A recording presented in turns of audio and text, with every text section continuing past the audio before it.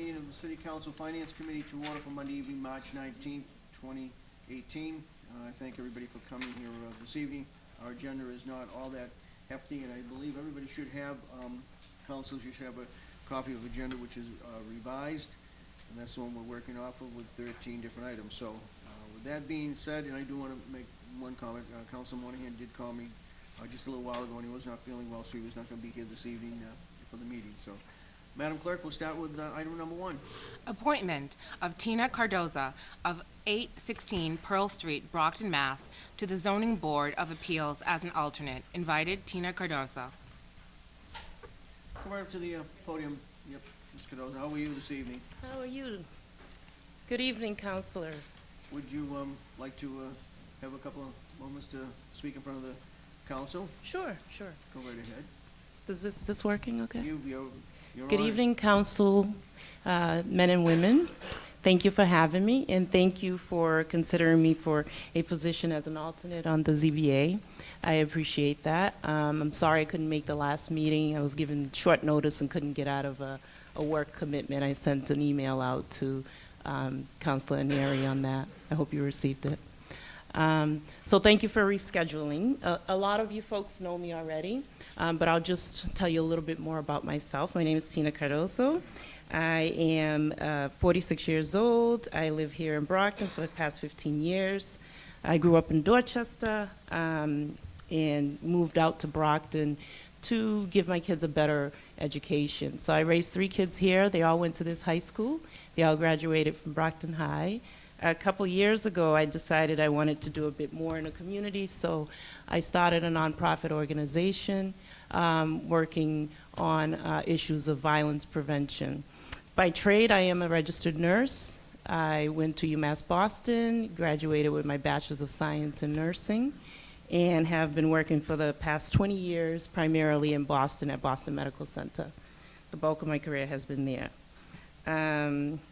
So let me just go into a little bit about my career. I know I get nervous. I write all this stuff down, then I forget.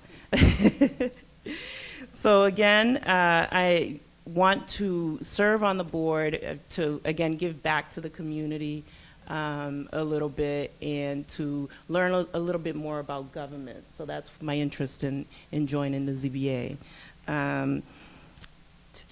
Qualifications. First of all, I'm a mother of 3, and that presents a lot of challenges. I primarily raised my kids on my own and overcame a lot of issues with that to, gain the strength and character that I have now. Second, I'm a nurse, and in this role, I'm charged with researching, educating, listening, gathering information, counseling, problem solving, prioritizing, juggling priorities, triaging, and connecting people with resources. I've mastered critical thinking skills, juggling competing priorities, making informed decisions.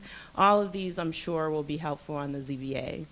I'm a leader in the community, a president of a nonprofit, which I started on my own, where I had to do research around nonprofit organization and management and learn about budgets and grant writing and spend down and all of that.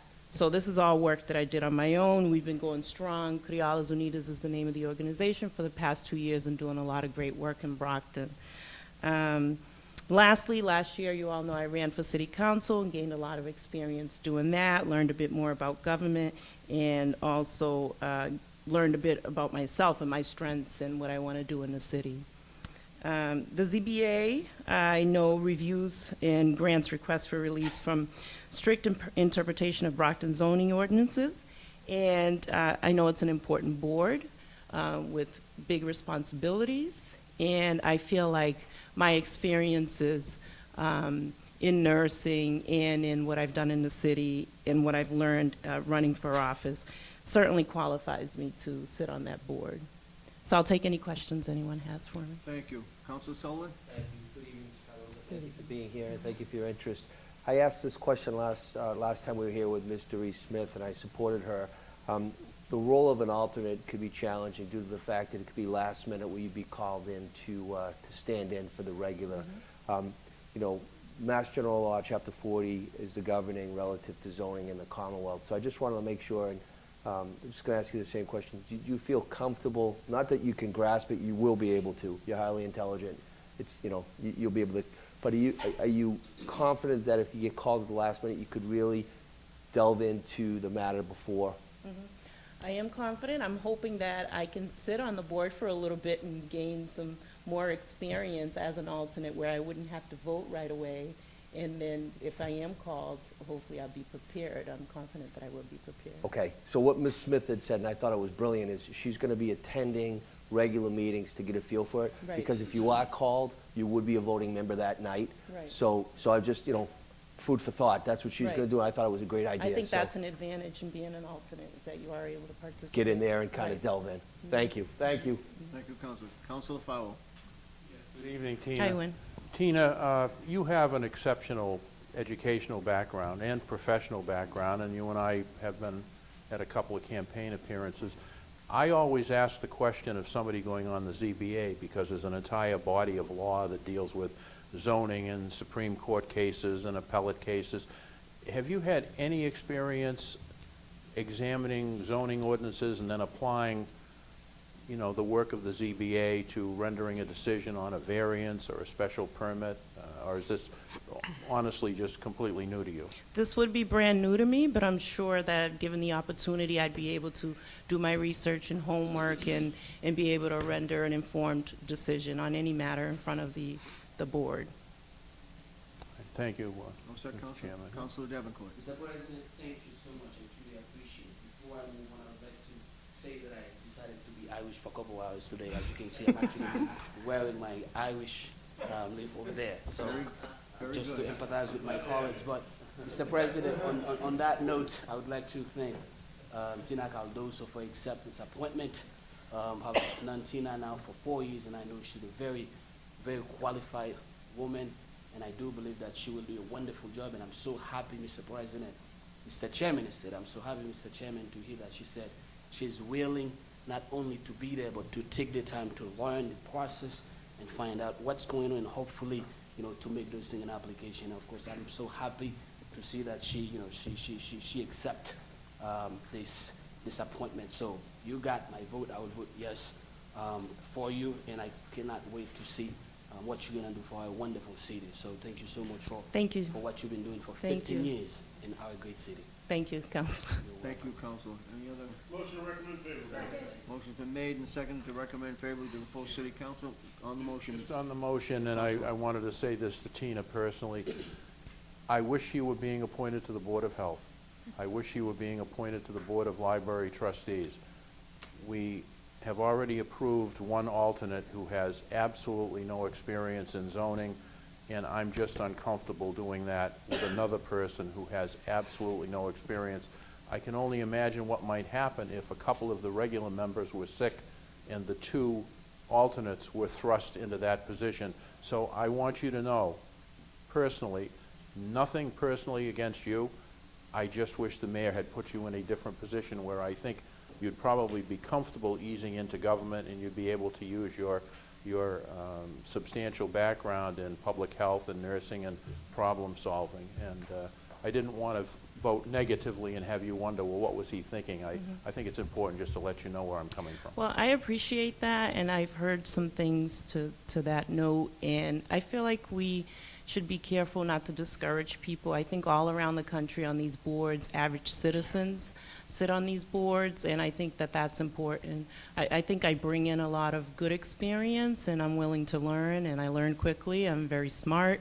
I can do my research and be able to render like I said, an informed decision, but we need to try not to discourage people from participating in this, you know, because it can only be good for us as, you know, citizens of Brockton to have average folks come in and participate and learn in government. Thank you. thank you. Motion was made and second. On the motion, On the motion, please. Good evening, Ms. Cardozo. Thank you for being here. I love your resume. I just had one question. What shift do you work at the It hospital? varies because I'm per diem, so I kind of make my own schedule. So sometimes it's day shift and sometimes it's evening, but for the most part, it's day shift. Okay. Thank you very much. Thank you, Mr. Chairman. anyone else on the motion? On the motion's been made and seconded, send back to the full city council. All in favor? Opposed? Goes back to the full city council. to be heard again next Monday evening, okay? Okay, Thank thank you. Thank you for being here. Item number 2.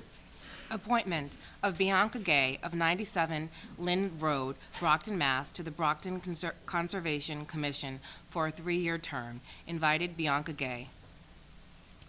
Ms. Gay here. Good evening, how are you? Good, how are you? Good, thank you. So my name is Bianca Gay. I am an attorney in Brockton. I grew up in Brockton. I went to Spelman. I have my office in Brockton right now. I would hope to join your board because I feel that I could bring some of my experience to the board as well as give a little bit of fresh blood as well. I have some experience in environmental law, specifically around researching wet laws. I did a little bit of that in law school. And then prior to law school and graduate school, I worked with an international company to examine some of their initiatives and how their initiatives would impact Massachusetts, as well as as far as wetlands and making sure that the work that they do is compliant with Massachusetts wetland laws as they relate to environmental law. I'm not sure what else you want to know about me, so I welcome questions.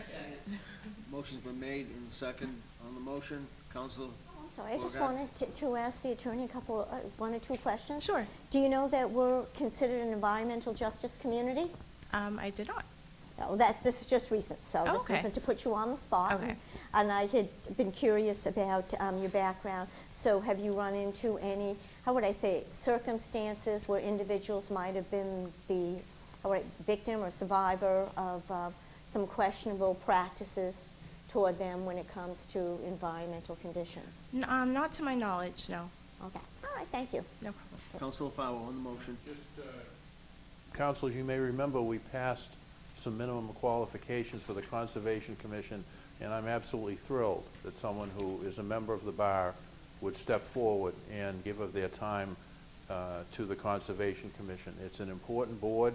It is like the ZBA, where there's a whole body of law on conservation issues, and I can't thank you enough, Attorney Gay, for coming forward and being a volunteer on this board. It's a really important one.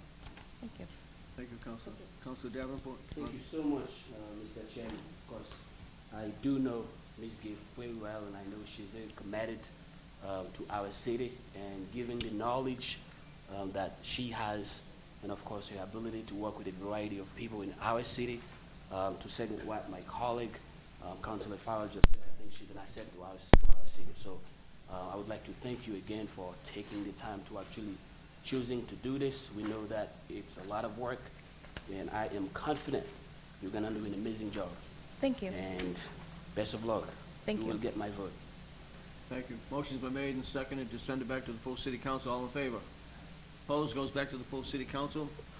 You'll be heard next Monday evening. Thank you. Okay? Thank you. Appreciate it. Item number 3.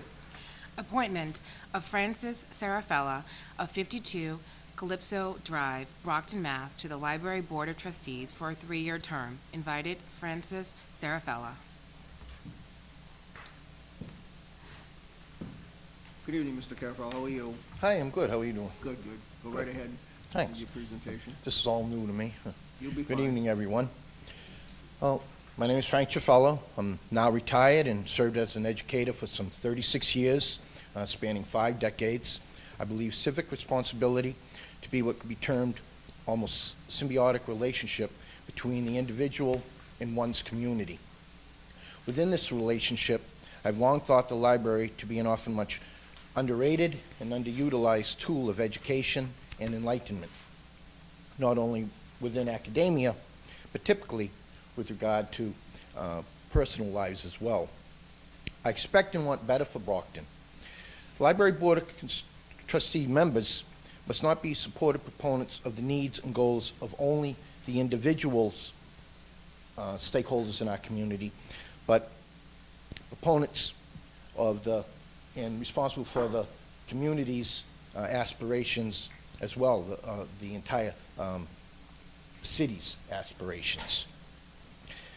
So too, we must remain supportive of those goals. Having met with Library Director Paul Engel and Trustee Chair Mark Lindy, I'm looking forward to working and serving in partnership with Director Engel and all members of the Library Board of Trustees. This appointment to the Library Board of Trustees presents to me a new opportunity of public service and allows me to further fulfill my commitment to civic responsibility in realizing the trustees' obligations of securing sustainable budgetary funding and contributing to responsible fiscal oversight. Through this opportunity afforded me, I wish to share in, embrace, and strengthen the positive impact that all branches of the Brockton City Library might bestow upon our neighborhood communities and the municipality in general. I am grateful for your consideration, and thank you. Thank you. Move to recommend favorably to the full city council. Motion's been made and seconded on the motion. Mr. Chairman, the motion. Counselor, I would like to acknowledge my former colleague, Lauren Siskin, whom I served with at the Brockton Library. I too was a trustee there for about 2.5 years. I might be wrong when they did, but I think so, until I was elected last November. And unfortunately, I had to resign. But I just listened to what you have to say, and of course, I read your resume, and I think you will add to what we need in our city. The reason why I say this is because the library changed my life 7 years ago. When I first came in this country, it was a place for me to go and learn English, and I know the importance of the trustees for a place like that. And you mentioned Paul, he's a good friend of mine, and he's very committed, and of course the chairman, Michael Lendy. I wish you nothing but the best. And I know Lawrence Siskin will definitely help you to navigate, to understand, you know, some of the wonderful things that we've been doing in this library. So thank you for taking the time to come here, and of course, for accepting this appointment. Thank you very much. thank you. Counselor Beauregard? Chair, I just want to thank you, and I'm terribly excited about your background here. You speak like someone that knows how to write grants. I'd love to learn. I never wrote a grant. But Well, I've been you're around just going to people be that know with how to the, do yes, it. well, that's good. No, I'm terribly excited actually about your technology experience, and you are aware that Brockton Library has a makerspace. Yes. And the tremendous involvement of the remarkable students in our schools. And I was just at the library watching remarkable students win awards for art. And the place was packed. And once again, I look forward, and I want to wish you the best because you're a demonstration of someone that's an ideal fit. Education and the libraries work well together, so congratulations and good luck. Thank you very much. Okay. Thank you, Counselor. Any others? Motions were made and seconded to recommend favorably. All in favor? Opposed? Goes back to the full city council. Be heard again next Monday evening. You'll be fine. Thank you. Item number 4. Appointment of Lauren Siskind of 51 Briarcliff Road, Brockton, Mass. To the License Commission for a term of 3 years. Invited Lauren Siskind.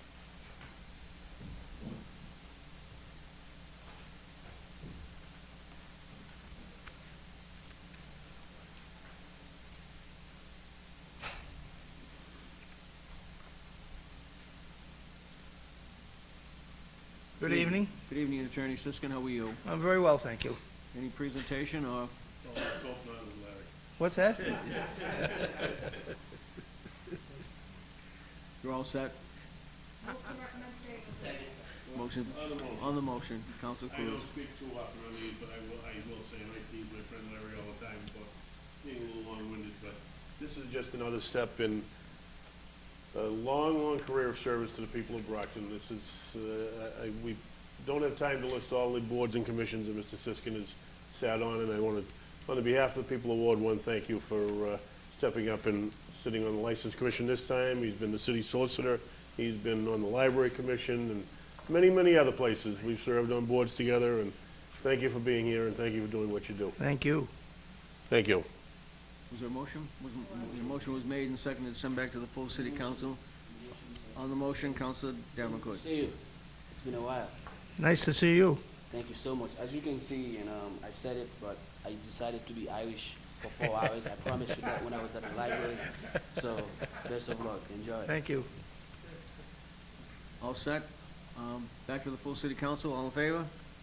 Opposed? Goes back to the full city council. We'll hear again next Monday. You'll be all set. And, Thank you. We appreciate your service, Attorney Siskin. Thank you.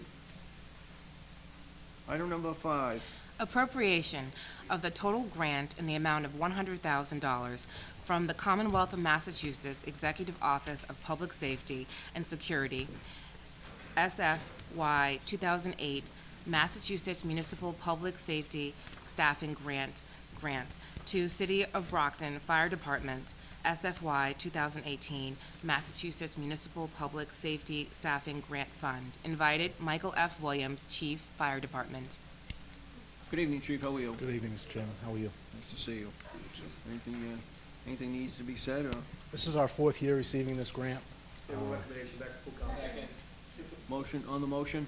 It's a little bit on the motion. I hope you'll give me a little Yes, leeway. While we on the have the council. chief up here, Yes. I thought it'd be a great opportunity to make sure the people at home know you're going to be a little short-handed for the next couple of weeks, aren't you, Chief? Yes, actually the next several months. For the next several months. Yes. Firefighter Matt Praziali has taken a leave, actually, because he's going to be playing in the Masters Golf Tournament in 2 weeks. And for those of you who are not golfers, I was trying to explain to my wife what that means, and it's almost impossible. It would be as if, I don't know, Councilor Sullivan's a runner. It'd be as if he won the marathon next week. And he will. It's a huge thing for the city of Brockton. It's a huge thing for the Brockton Fire Department. It's very exciting. He's a great, great guy. He is. And it's really exciting. His father, who just retired from the department, will be caddying for him at Augusta National. He won the mid-amateur tournament last year, which qualifies him. He'll be playing in the U.S. Open in Correct. June. We're really excited for him, and I just wanted to take this opportunity. As we all are. It's So, very exciting. Well, we'll give him a little round of applause. And just say that. I'll certainly pass this along. And I will say that the current chief golfs a little bit, but the former chief, Francis, likes to take credit for teaching Matt, but trust me, I've played with him, he didn't teach him. So. But thank you, and make sure he understands that we're all excited for him. Chairman, I just want to take an opportunity to thank the chief and his staff and the men and women for fire and police and DPW with these crazy storms we've had. I mean, down lines everywhere. I mean, they put their lives on the line to protect the citizens of the city of Brockton. So just Well, on thank behalf you, of the council, chief, Appreciate thank you very much. Motion was made and seconded to send back to the city council in regards to the grant of $100,000. All in favor? Opposed? Goes back to the full city council. Thank you, Chief. Thank you, As council. always, thank you. Next item. Ordered, the city auditor shall cause to be published on the city's website in PDF or other form of attachment a list of vendor payments and other related payments processed by the auditor's department, which are public records. Invited, Mary Lynn Peters-Chu, city auditor, William Santos, ITC director. Good evening to both. Good evening.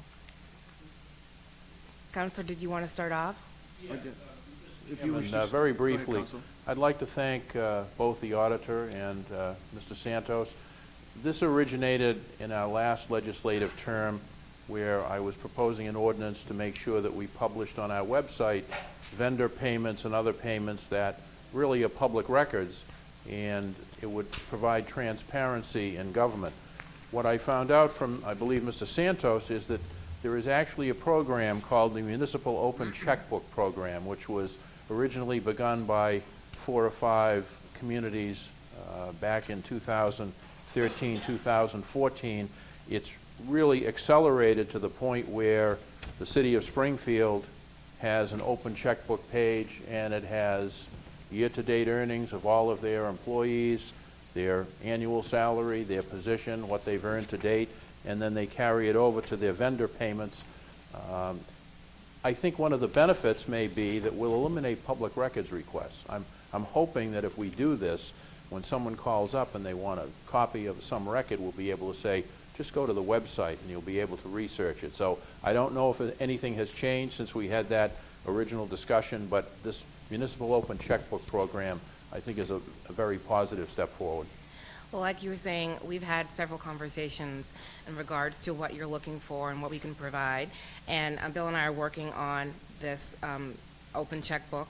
And if you notice that we've passed out so that everyone has a copy of it, and Bill can explain better than I in terms of the drilling down and how information is, transmitted to the public and whatnot. But we're hoping that this will definitely help appease any questions and whatnot. We're still working out the kinks on this, so it might not be in this format when you see it rolled out, but we're hoping to roll this out after the fiscal year, so that everything will be presentable and open to the public and to you all, because we're all about transparency.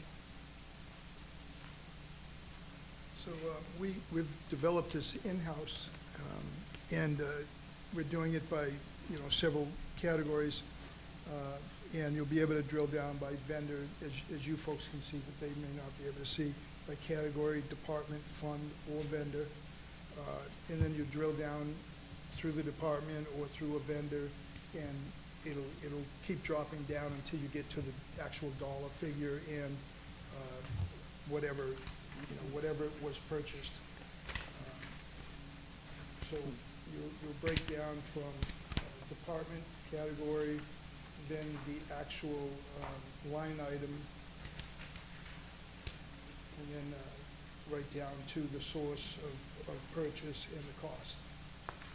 So I think, this is gonna have to be shaken out a little more, because we're also in July, or sometime after July, we're upgrading Munis to another version, so there may be a little more adjustment to do at that point, but we think we'll be ready in the fall, sometime just after July. Will you be taking it as far as Springfield does to include payroll figures for people? Actually, that wasn't something that we had agreed upon. We had talked about vendor lists and whatnot.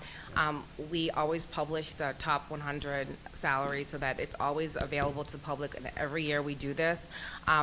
It gets tricky when you're dealing with payroll, because sometimes people have different wage garnishments and whatnot, so things like that have to be kept out of the information that's presented. We haven't worked on that as a project. That could be something that we could think about in the future, but right now we just want to focus on the vendors, and that way you have access to whatever public spending is being spent. That sounds very reasonable. So, and people will be able to get a year-to-date summary, so That's if they right. look up vendor ABC company, And they'll see this is what exactly. they've... Yes. Okay. Well, I thank you both for your work on this. You're very welcome. All set, Counsel? All set. Thank you. Counsel Azan. You're welcome. Good evening. Thank you for being here. I have a quick question. I know you've been working on this for a while now, and I've had conversations with both of you regarding this. Bill, I believe you said this is what the state's using, the open checkbook. Is this something that's being used? That's a term that's, a little bit loose. There's several programs that are called Open Checkbook, but we developed this in-house, and it's basically mimicking several towns that we've taken a look at. Okay. So we've developed it in-house without the purchase of software. Very good. Whenever we can save, I'm always happy to hear that, so very good. As far as the information going in, do you need a designated employee to do this, or is this something that the department can already have people doing it, or is it going to take extra manpower, extra man hours, or somebody actually putting in this information? The development has taken a long time, and it's still being worked through, but I believe when we get this done, it'll probably take 2 hours every, couple of months, and we'll repost and bring it up to date, however we decide, whatever term we decide on. So it'll be pretty easy, and there won't be specific, we won't have to pay anybody extra to, we won't have to pay anybody additional. No, I believe we can work it into their schedule. And how about in your department, Mel? Same thing. In terms of the information is already in our financial system, Munis, so this will help pull the information out directly so that it's actual, and year-to-date, depending on when we do it, monthly or quarterly or what have you. Okay, very good. Thank you very much. Thank you for everything you two do. Thank you, Mr. Chairman. Any other? Counsel? One question, just so, and a little bit of this is just, so is this basically ready to go? And if we pass this, it will then become an order? No. So, Still working in progress. That's why we said that we would try to, right now, my main concern right now is the budget that we're dealing with for fiscal 19. Yep. Once that's done, we'll have, more time to dedicate to this, to getting it done, because on top of doing this, we're doing our regular daily work. Right. This is like an extra that we wanted to make sure that came to what Councilor Farwell was requesting, and presented in a nice way that's easy for people at home to be able to log in and just look on the website and be able to get the information. So it's still a work in progress. That's why I said that it might not look exact color-wise or, layout. When do you think it'll be up and ready to go? My only concern, and this is something that came to the ordinance committee last year, and the idea was great, but then we realized there was some nuts and bolts that didn't work because of some things are not public record, which became the issue because of personnel records. My only concern a little bit is if we pass this tonight and pass it next Monday night, it then becomes an order. And if they're 3 months, 4 months getting it done, technically, you're not doing what we've passed the rule for. Is there a way to postpone it Well, that's- to that Unless I time? made a mistake. The original order indicates it would begin in FY '19. Okay, thank you. So- Then that's, Excuse me, I'd like to just say that we want to push that back just a little more because in July, we're changing from Munis 10.5 to 11.3, and there may be some, differences in the way we pull the data or different org fields or something that may not match up. So I'd want a couple of months after the beginning of the year to make sure it functions I just properly. want us to understand that it may not turn on February, in fiscal, the first day of fiscal 19, and so that the people at home understand, even though the order says that they may not be able to go online the first week or 2 weeks or whatever. And thank you, that's all I want to say. Thank you, Council. Thank you. Any other councilors? Any other concerns? Second. Motion's been made and seconded to move favorable to the full city council. All in favor? All opposed? Goes back to the full city council. Chairman. Thank you, Councilor Sullivan. Since agenda items 7 and 13 are both applicable to the elevator, I'd like to make a motion to take number 13 out of order, then followed by number 7. Motion's been made and seconded. We take number 13 out of order, and then we'll follow by number 7. All in favor of that?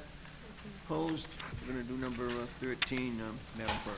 Resolve to have the building superintendent, James Casiri, and the procurement officer, Michael Morris, along with Robert Livermore from Livermore Edwards and Associates, elevator designer, be invited to come before the city council to update us on elevator bid process regarding the elevator at City Hall. Invited, James Casiri, superintendent of buildings, Michael C. Morris, chief procurement officer, Robert Livermore, Edwards and Associates, Brian J. Pachenko, senior associate, VDA, Van Dusen and Associates, Inc. Good evening, Commissioner.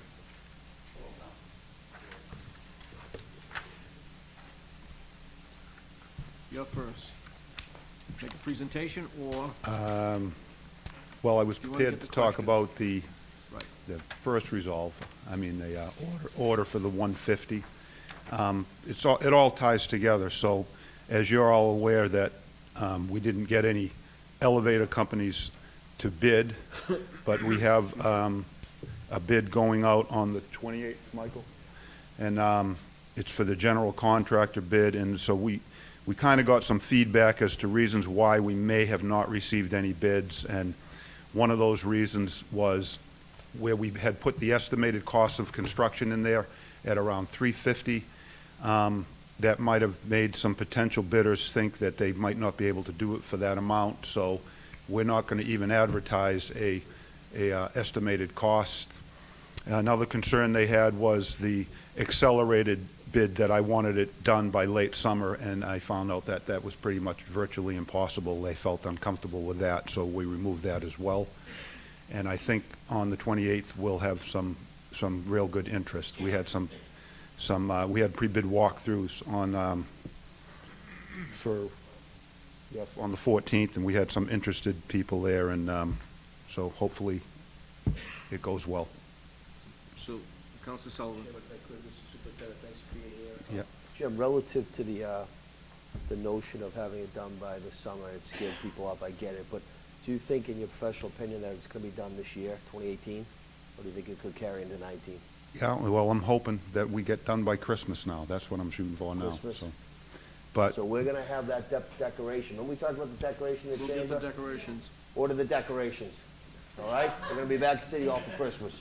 So can I say something, though? I mean, we haven't lost any time. We lost probably 2 weeks in this process when we didn't have any bidders, and we altered our bid process. But no matter when we were going to do this elevator, the elevator was going to be down for this period of time. It's only extended because the state determined that they weren't going to let us operate that elevator, and that was around November. So from November till this project gets started is the only additional time. Regardless of when we did this, we were going to have to put this elevator out of service, is my point. So we were always going to have this problem of me walking up 89 8-inch steps every day, 10 times a day to my office. So, yeah, I'm getting in shape, actually. Thank you, Mr. Chairman. Thank you, Counselor. Any other questions for the Commissioner pertaining to this piece of it? Motion been made and second to recommend favorably to the full City Council. All in favor? Opposed? Goes back to the full City Council with a favorable recommendation. Did we just do both of them at the same? 13. All right, now we're doing, number 7. Ordered that the sum of $150,000 is appropriated to pay costs of replacing the City Hall elevator and for the payment of all other costs incidental and related thereto, and that to meet this appropriation, the City Treasurer, with the approval of the Mayor, is authorized to borrow said amount under pursuant to MGL Chapter 44, Section 7-1, or pursuant to any other enabling authority, and to issue bonds or notes of the city. Therefore, the funds appropriated by this order shall be expended in addition to the $335,000 previously appropriated for this project pursuant to a loan order of this council adopted on February 12, 2018, and approved by the Mayor on February 13, 2018. Such bonds or notes shall be general obligations of the city, and the Mayor is authorized to expend all funds available for the project and to take any other action necessary to carry out this project.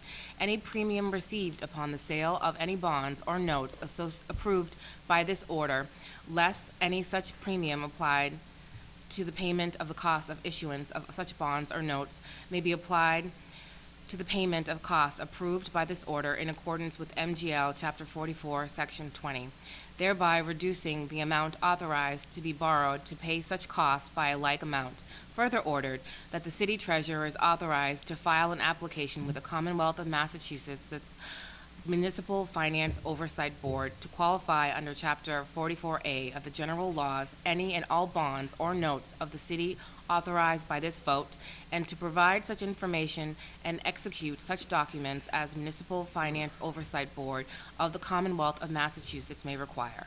Invited Honorable Mayor Bill Carpenter, John A. Condon, Chief Financial Officer, Martin S. Brophy, Treasurer Collector.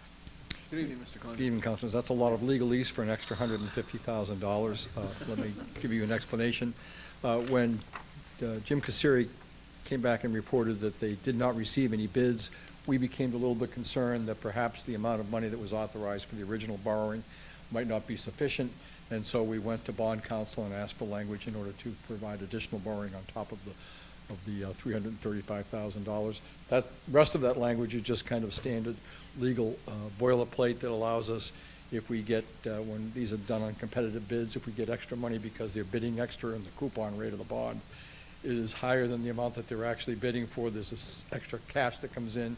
That cash then gets used to reduce the borrowing amount. That's all that language is. The second part, the Municipal Oversight Board allows us, if we put this bond in with others, as we may do, that we can go to this board, which allows the state to stand beside us in the issuance cost, and sometimes we get an interest rate benefit from doing that. So that's what all of this is. It is an additional borrowing authorization, so it's a 3-reading requirement, advertising before final passage, and an 8-vote requirement to adopt it. I think Jim also had money in this year's budget, $160,000 or something. So you've got over $500,000 for the project with this action if you take it, and I think we'll probably be okay with that. Councilor Cruz. That's my whole question. We don't want to be coming back again in a month saying, Right. Are we really comfortable that this is going to be enough? I asked Jim to be certain that he was, because we could have put a 250 or 350. Well, exactly. I just want to make sure we're, so we really feel this is going to be enough to. Yeah, I mean, the figure we came up with, I don't know anything about installing elevators. Right. It's not my expertise. Right. That figure was given to us, and I apologize for Mr. Livermore. He couldn't make it tonight. He had a previous engagement. But the Livermore and Edwards, they give us those recommendations. So his recommendation was originally for 350. We have 450, and now we're gonna have an extra 150 on that. So we're up to like $600,000. He was estimating the cost at 350, so I feel pretty sure that we're in. Yeah, I just want on to make safe sure we're ground. not in the same boat about a month from now saying, okay, we're Yeah. going to come back. So you're comfortable with that number? Yes, very. Okay, thank you. Thank you, Mr. Chairman. Counsel. Any other Councilor Isaac? Thank you, Mr. Chairman.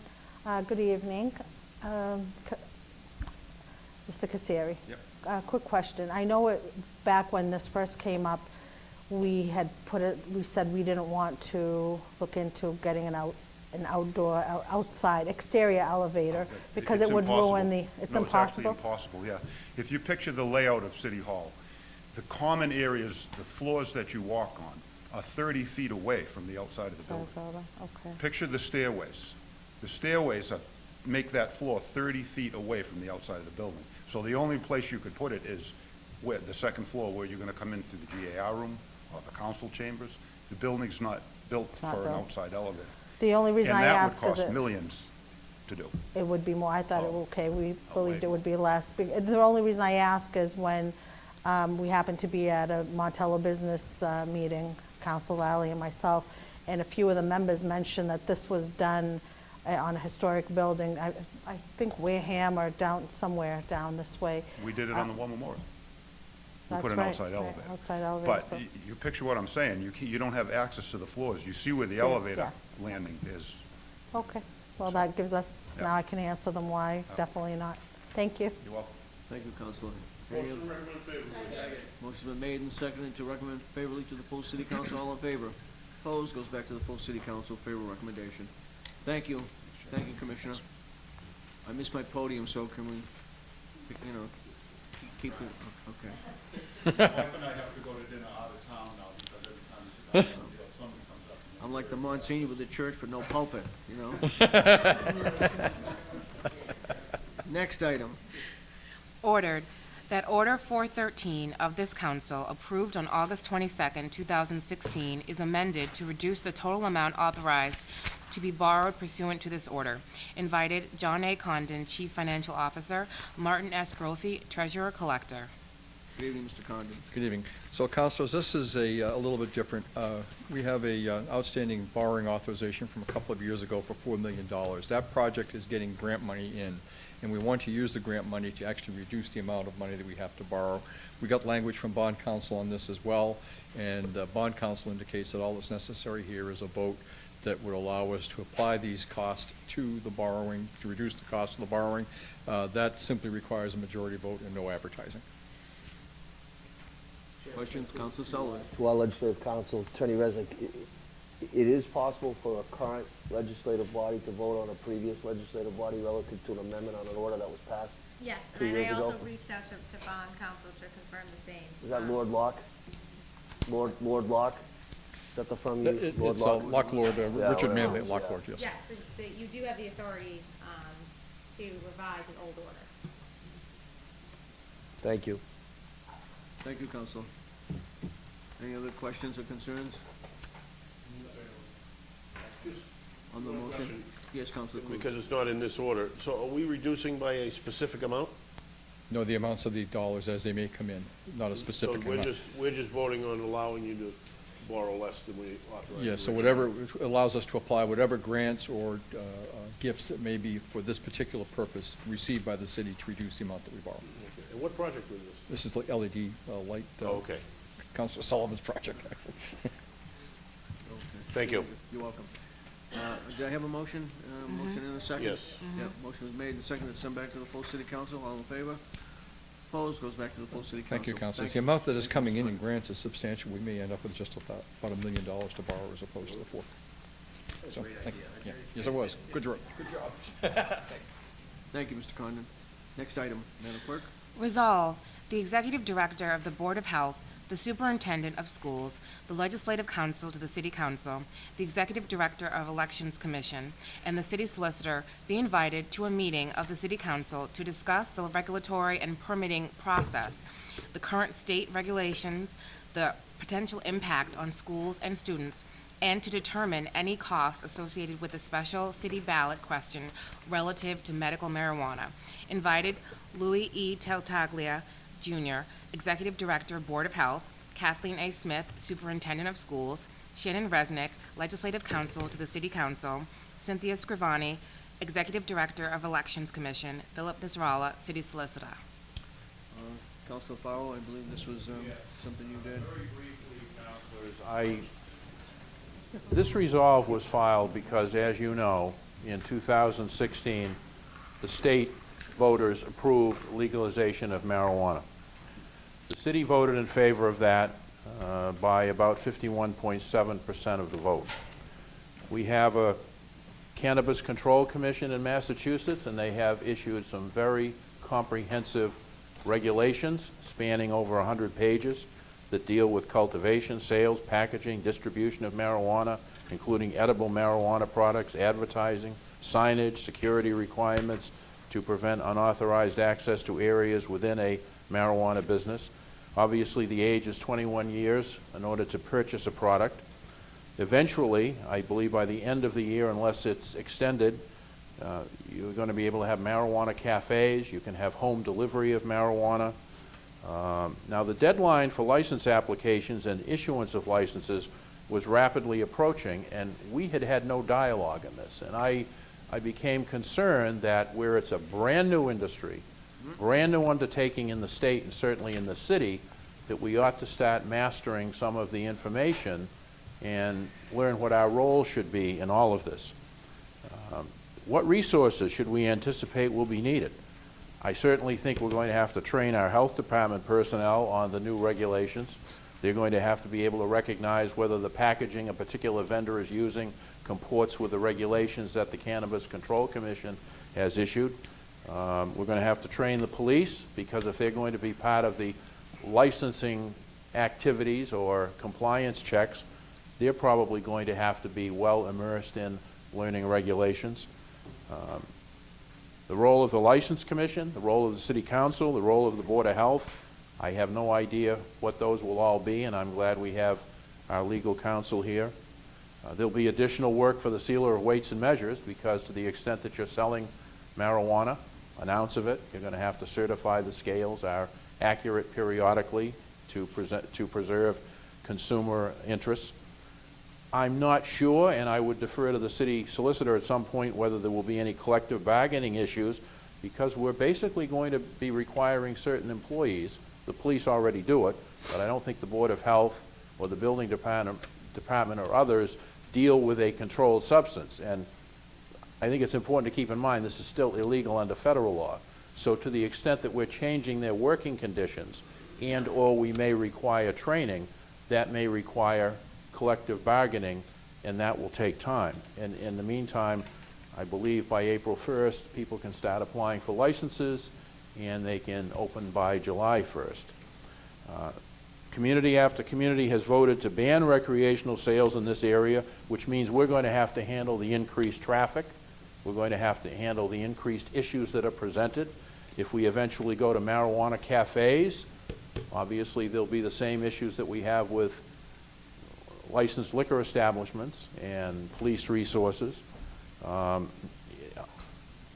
Truthfully, and I mean this, I never use marijuana. I'm not going to leave here some night and go out and decide to visit a marijuana cafe. I'm probably going to go out for that pizza I shouldn't have. But I was researching the prices, and it's very interesting that in Colorado, this stuff isn't cheap. I mean, when we were on the police department in the 70s, you'd catch a kid with a dime bag, meaning it cost $10. Now, from what I read on the internet today in Colorado, it's $162 to $187 an ounce in Boulder, Colorado. So if you're going to go buy an ounce, you better have some ka-ching in your pocket. How does this affect projected revenues, the increased price here, and the taxes that are going to be charged by the state? And by the way, we can charge, again, if I've read this properly, up to 6%, 3% for the host agreement and a 3% surcharge. And lastly, if we're going to designate the downtown area as the sales mecca for the city, and I did not realize that until I read it in the paper, that that's one of the options. You know, I certainly hope we did some outreach to longtime businesses that are down there to see what their reaction might be. Harbor One Bank, the Neighborhood Health Center, even checking with District Court, the presiding justice, to see what they will think about having that area concentrated with sales spots. And the big thing for me, and that's why the superintendent is here, is that we're going to need compliance if this goes forward. You know, we can argue all night long that we have it. We don't. I do not believe in 2016 or 2017 one case was brought before our License Commission for selling alcoholic beverages to a minor initiated by us. There were 4 cases initiated by the Alcoholic Beverages Control Commission, but nothing by us. So if this goes forward, we got to be serious, folks, because I do not want people under the age of 21 to have access to these products. And that's going to take a proactive, organized, consistent, uniform approach to compliance.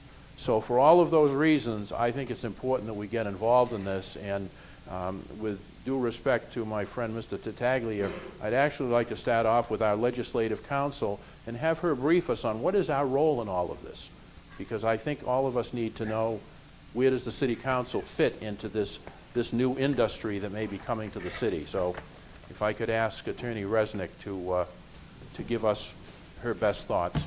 Thanks. So I did some research after speaking with Councilor Farwell, and there's a lot out there. What you see is a great deal of towns that have started moratoriums, which is what the city of Brockton did.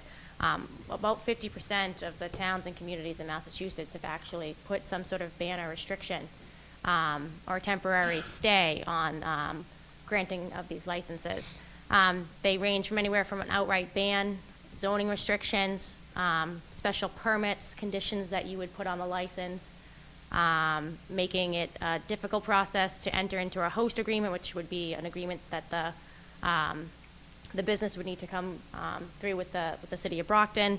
And there's so many different avenues that the city could take in order to regulate, ban, or authorize in the city. If there was interest in a ban, because the city did as a unit vote favorably back on question 4 back in the November of 2016 election, the state has allowed a process by which the city could have a election included in your regular election, or you could hold a special election in order to put the question out to the residents of Brockton whether or not they want to have these types of businesses in the city, because it's a different question what they were asked back in 2016. The question was, do you want to have this be legalized in Massachusetts, not necessarily do you want these types of businesses to operate within your community. But because the city did vote favorably on that, item back in 2016, it does require the city to actually hold an election, a ballot question, drafted by the city solicitor in order to put a ban on it. So it's not like the city council could just choose themselves to implement a ban today. So in terms of thinking of what the city council can do, you want to start to think about, the zoning restrictions, if you want to require a special permit, what type of conditions you see fit for the community. You see things like you can't operate within X amount of feet between other businesses, X amount of feet between schools. And then you also just want to be mindful too, a lot of the language in the statute refers back to liquor establishments, and they're trying to say that these marijuana dispensaries are similar in regulation to what the city does for its liquor operations. So that was something that we would need to review to make sure that we're not placing a higher burden on the marijuana dispensaries in the city of Brockton. I take it that we would be the ones to approve any host agreement? Correct. And I take it that we would establish fees for initial licenses and license renewals and... Correct. Okay. Yep. And I assume we'd have to have a process if we were to have violations, that we'd have to have an established process for holding a hearing and taking any enforcement action, much as we do with other licenses that are issued by the city, only it would be with this body rather than the License Commission? Correct, and that would be in the host agreement, but the other way to do it is also to have those same, to do it, instead of host agreement, to have it to be a zoning issue, and have it fall under the same category as a special permit, and you could list by ordinance those types of restrictions so that they're universal rather than a host agreement, which would be a private agreement between one applicant for the dispensary as compared to another. Is there a limit on the number of licenses in a community the way we have for liquor establishments, or is it wide open? It's wide open right now, but it's also, it's a minimum, so you have to have a percentage of how, I don't know how many liquor operations the city has, but it's, if you follow that, it has to be based off of the limit percentage of the amount of liquor licenses that the city has issued. Okay, at some point, I would just ask you to maybe send a summary to us of all of this, and I don't think, councilors, we're going to be able to cover every issue tonight. What I hope to do is go through the different panelists and then open it up for questions, which I hope my fellow councilors will have. That's why I like to do it.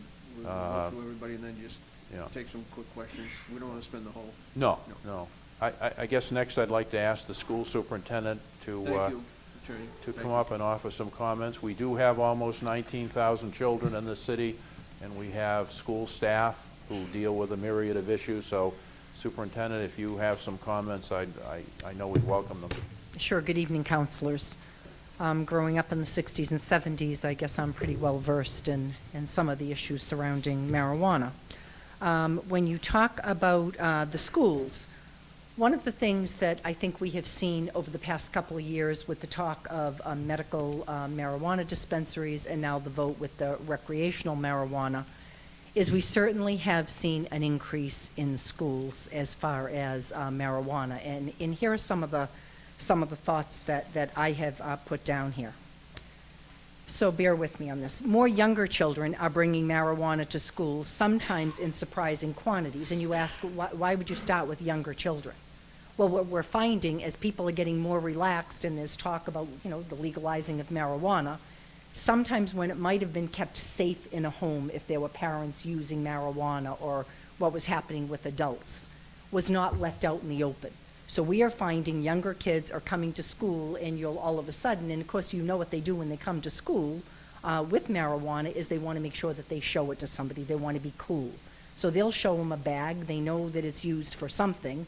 And of course it's obviously brought right to the attention of the teacher by another student. It's, with the principal.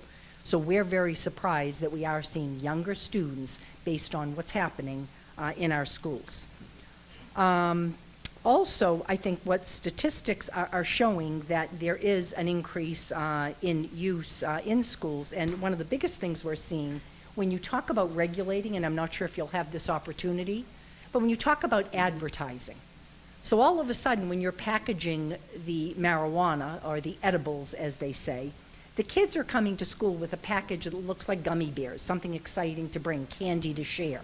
They'll share it with a classmate, and we're seeing that more at a high school level, I think a little bit in the middle schools, where they will share a gummy bear.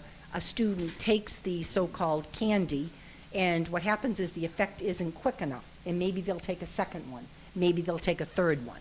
The student then panics with some effect that it is physically having on them, and they're down to the nurse, and we've had an ambulance come, and we've had to address that. So that is something that we have seen over the past couple of years. The other thing we're seeing again, and when I talk about children, is social norms are changing with the use of marijuana. We would, in our health classes, talk to students about it being illegal. We would talk to them about the dangers of alcohol and drug use. But it's very difficult, again, when you're trying to share a health curriculum and talking about that, and we're a state that has adopted the legalization of marijuana, and that becomes a very different discussion when the social norms are changing around us. Another thing that we hear from some of the older kids is, this is no big deal. No big deal. It's legalized. Another thing is what we're finding is before school. Very different when you would catch a student, and it was rare that they would drink alcohol before school. If you can think about getting alcohol, doing what they would do with pot, as you can imagine, with kids smoking a cigarette before school, and those of us that remember the days of somebody, smoking a cigarette quickly before they might go into a school building, and you could tell the student would have been certainly reeking of cigarette odor, but didn't have it on them, or it was nothing that we needed to address other than to make sure it wasn't happening in school. But what you're finding now is you are seeing some students that are using marijuana before they come into school, and we are seeing the effects in school of students reeking of marijuana, being concerned that they're unable to. And if you think about developing brains, when you think about the cognitive, you think about the physical effect, and you also think about the mental health effect of what is that doing to our young students. I think the other thing that I will bring up here is we're also seeing parents coming to pick up their children. Parents or guardians, and they're picking up their children. And again, you can imagine that we do not release children to anyone if we have concern about getting into a vehicle or, releasing them to somebody where we have concern about what would happen to the children. So that's becoming a question where we are trying to educate ourselves. As much as we felt very confident if somebody came and they reeked of alcohol or they were slurring their words, we would certainly work with the parent or the guardian to find out if there was another family member to come and to get the children. So this, again, is another battle that we are fighting when we're releasing children or bringing them to a vehicle, and you open the vehicle door and you obviously can smell the marijuana coming out of the vehicle. So again, you ask about the effects on school. I think I've summed that up. In summary, we talk about location, hours of operation that obviously you would have an opportunity to regulate. I mentioned the advertising. I would think that there would have to be surveillance cameras, as you do with all of your businesses now, as far as, are there young kids getting in? Are they getting somebody to go into the facility to purchase for them? You've obviously mentioned quite a bit of that. When you talk about employees, we do have a drug policy that we're very serious about in the Brockton Public Schools. So this is new territory. I'm certainly available to answer questions, but we are dealing with this as we see increases, as we're dealing with, as I said, children bringing some of these substances to school, and I don't want you to think it's rampant. It's not. It's just an increase. It is a change in social norms and something that we are dealing with in the schools. And this isn't just the Brockton schools. In conversations with fellow superintendents, we're dealing with this throughout the state. Has the school committee and security subcommittee dealt with this issue yet? Or? We haven't, but there has been conversation. I think we're waiting to certainly see what is happening with our city council and what our own city will do before we're addressing it. We are addressing it in the form of our health curriculum. How are we teaching children? How are we preparing them to make sure that they're educated, that they understand the effects that this could have on their developing brains, and certainly the impact that it would have on their lives with mistakes, as all young people do, growing up and making decisions. So that is what we have always been discussing, not recently, not with the passage of the legalization. We continue to have this, in our health curriculum. A number of years ago, it was the opioid epidemic, and that was happening here. The school systems were certainly the subject of some of our very young people, and I'm talking 10, 12 years ago, getting involved. So our curriculum has been evolving over many years. We have school police that come in to educate our students. We have speakers that come in. We work with many of the nonprofits that work to make sure the kids have this information. So we've been doing that for a long time. Does your core administrative team have any position on this, or is it too new to get an inkling of where they're coming from? Or? When you ask that, I believe that the summary I just gave you are our concerns. Okay. Thank you very much. What are we, Attorney Nasrallah would be next.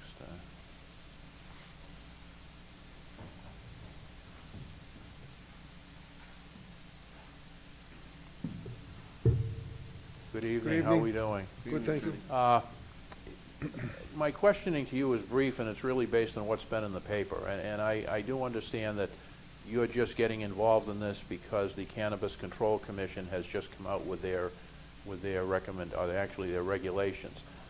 I would have felt more comfortable if maybe 6 or 8 months ago we began a dialogue about what would be the hours of operation, what would be the days of the week, where would they be located, and I, in some sense, feel we're starting late. But you've been quoted as saying you are working on either some zoning ordinances or some business regulations. Is that accurate?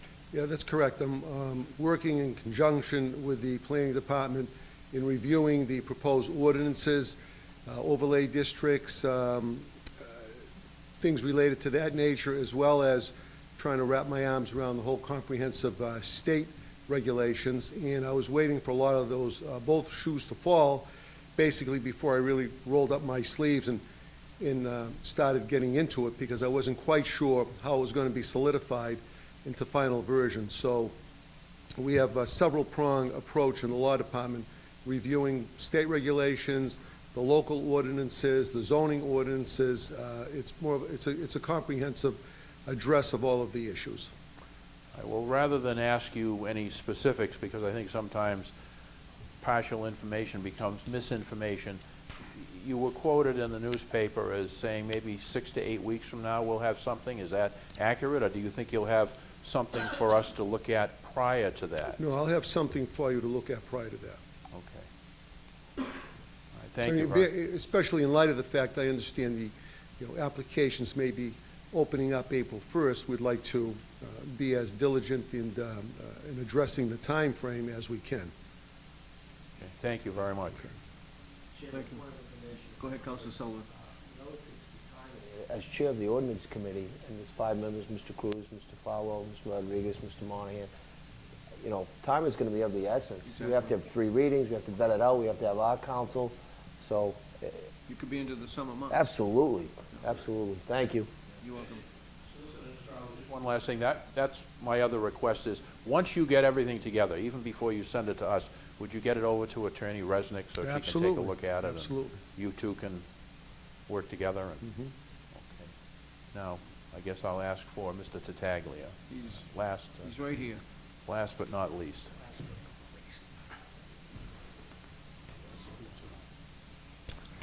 Good evening. Good evening, Counselor. I'll bet in your entire career, which spans many decades, you'd never think we'd be talking about this subject. No.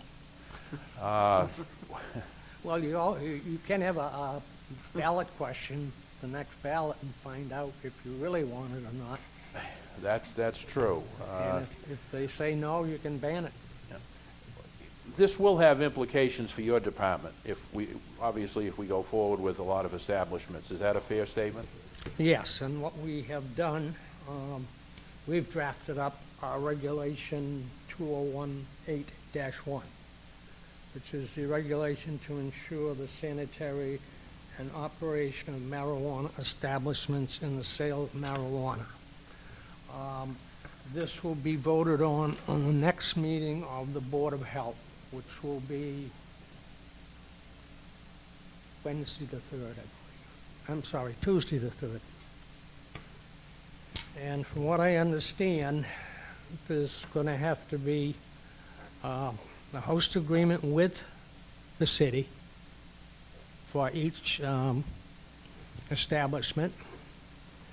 There's going to have to be approval by the CCC, and then there's going to have to be approval by the local Board of Health to ensure that they comply with our 8 or 9 page regulation. And again, this is a draft regulation that's, I guess it's called a placeholder regulation, so we can get it in as soon as possible. And at this juncture, do you think you'll need additional staff, or you'll certainly need training for your staff where it's a whole new industry? Is that? Yeah, but most of the stuff, from what I understand, is being done by the CCC as far as their enforcers. I mean, we're not getting involved in the weight.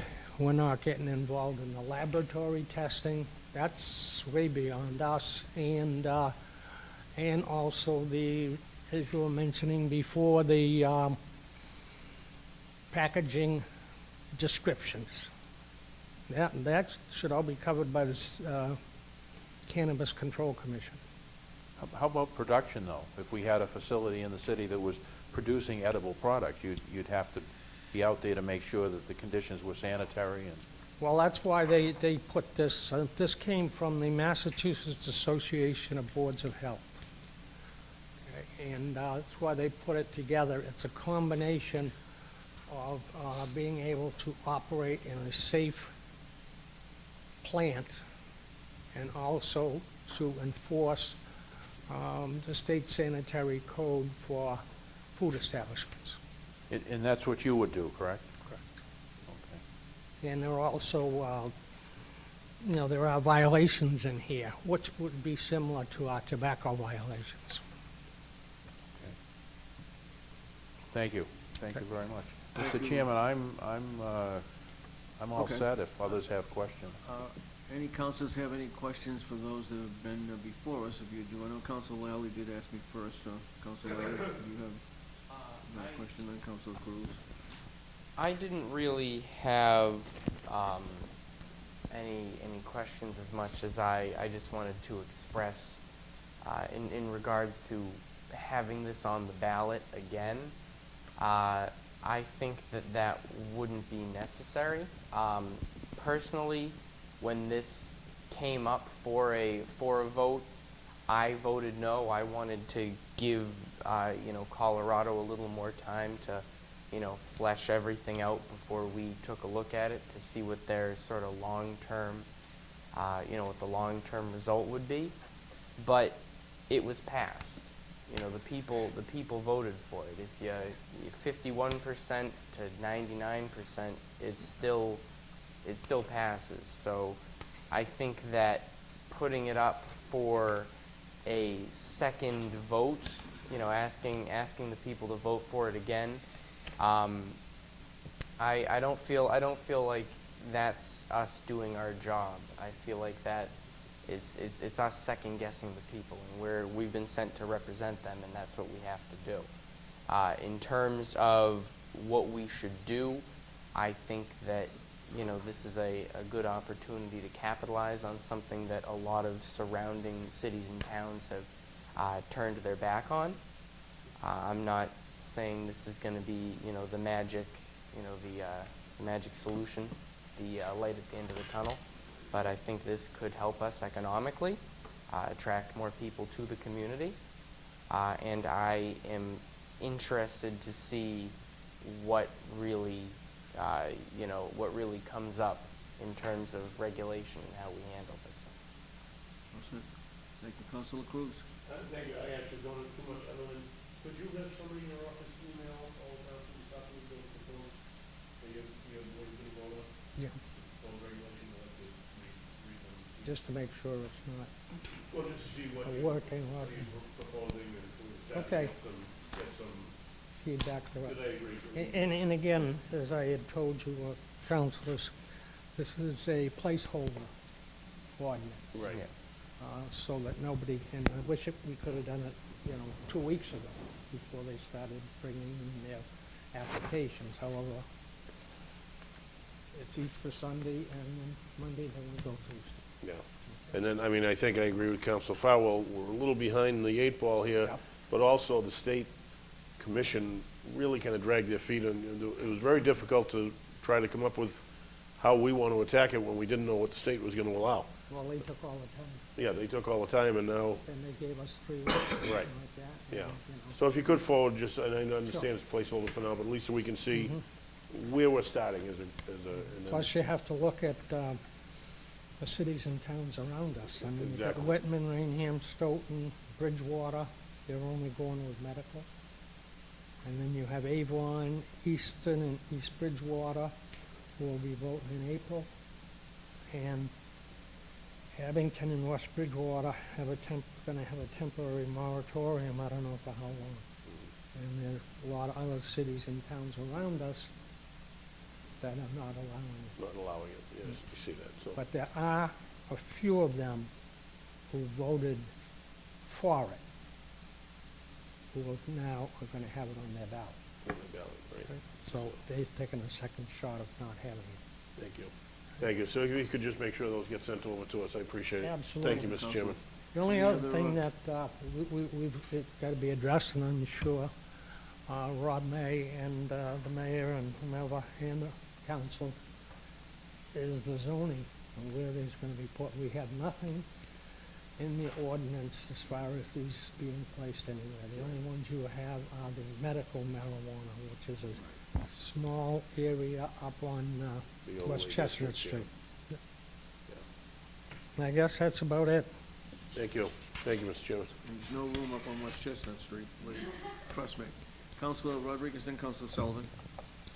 No, I just actually wanted to ask the superintendent a quick question, and then I have a comment to make as well, if I could. Thank you, Mr. Tataglia. Thank you.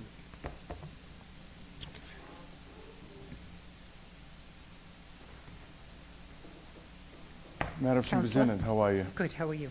You did mention that you were, one of the concerns that you brought out was the fact that the drug policy within the school system.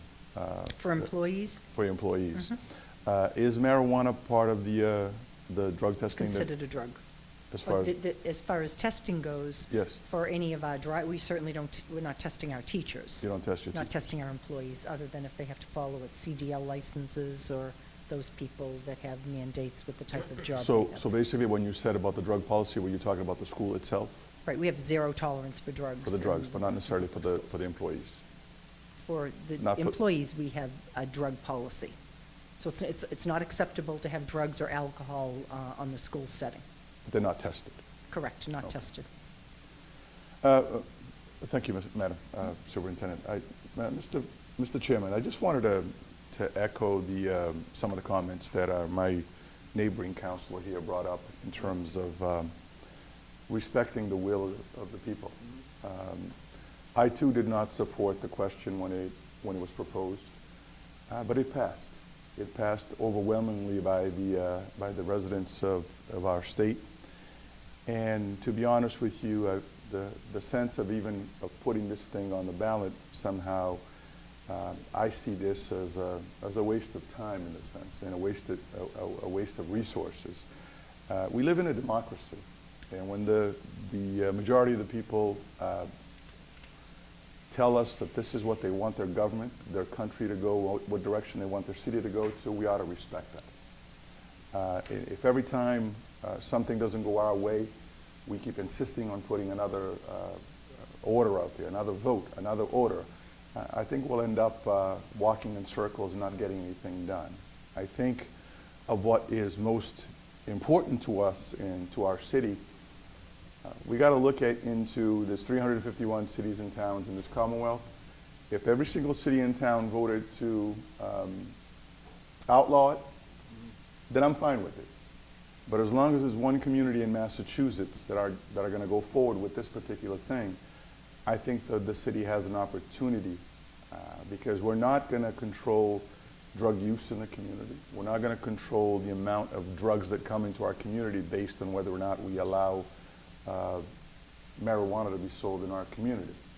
It's up to us to educate our own children and our relatives not to go in that direction, but I think it's very important for us not to take away the God-given right that some people actually have to express their will and vote for something.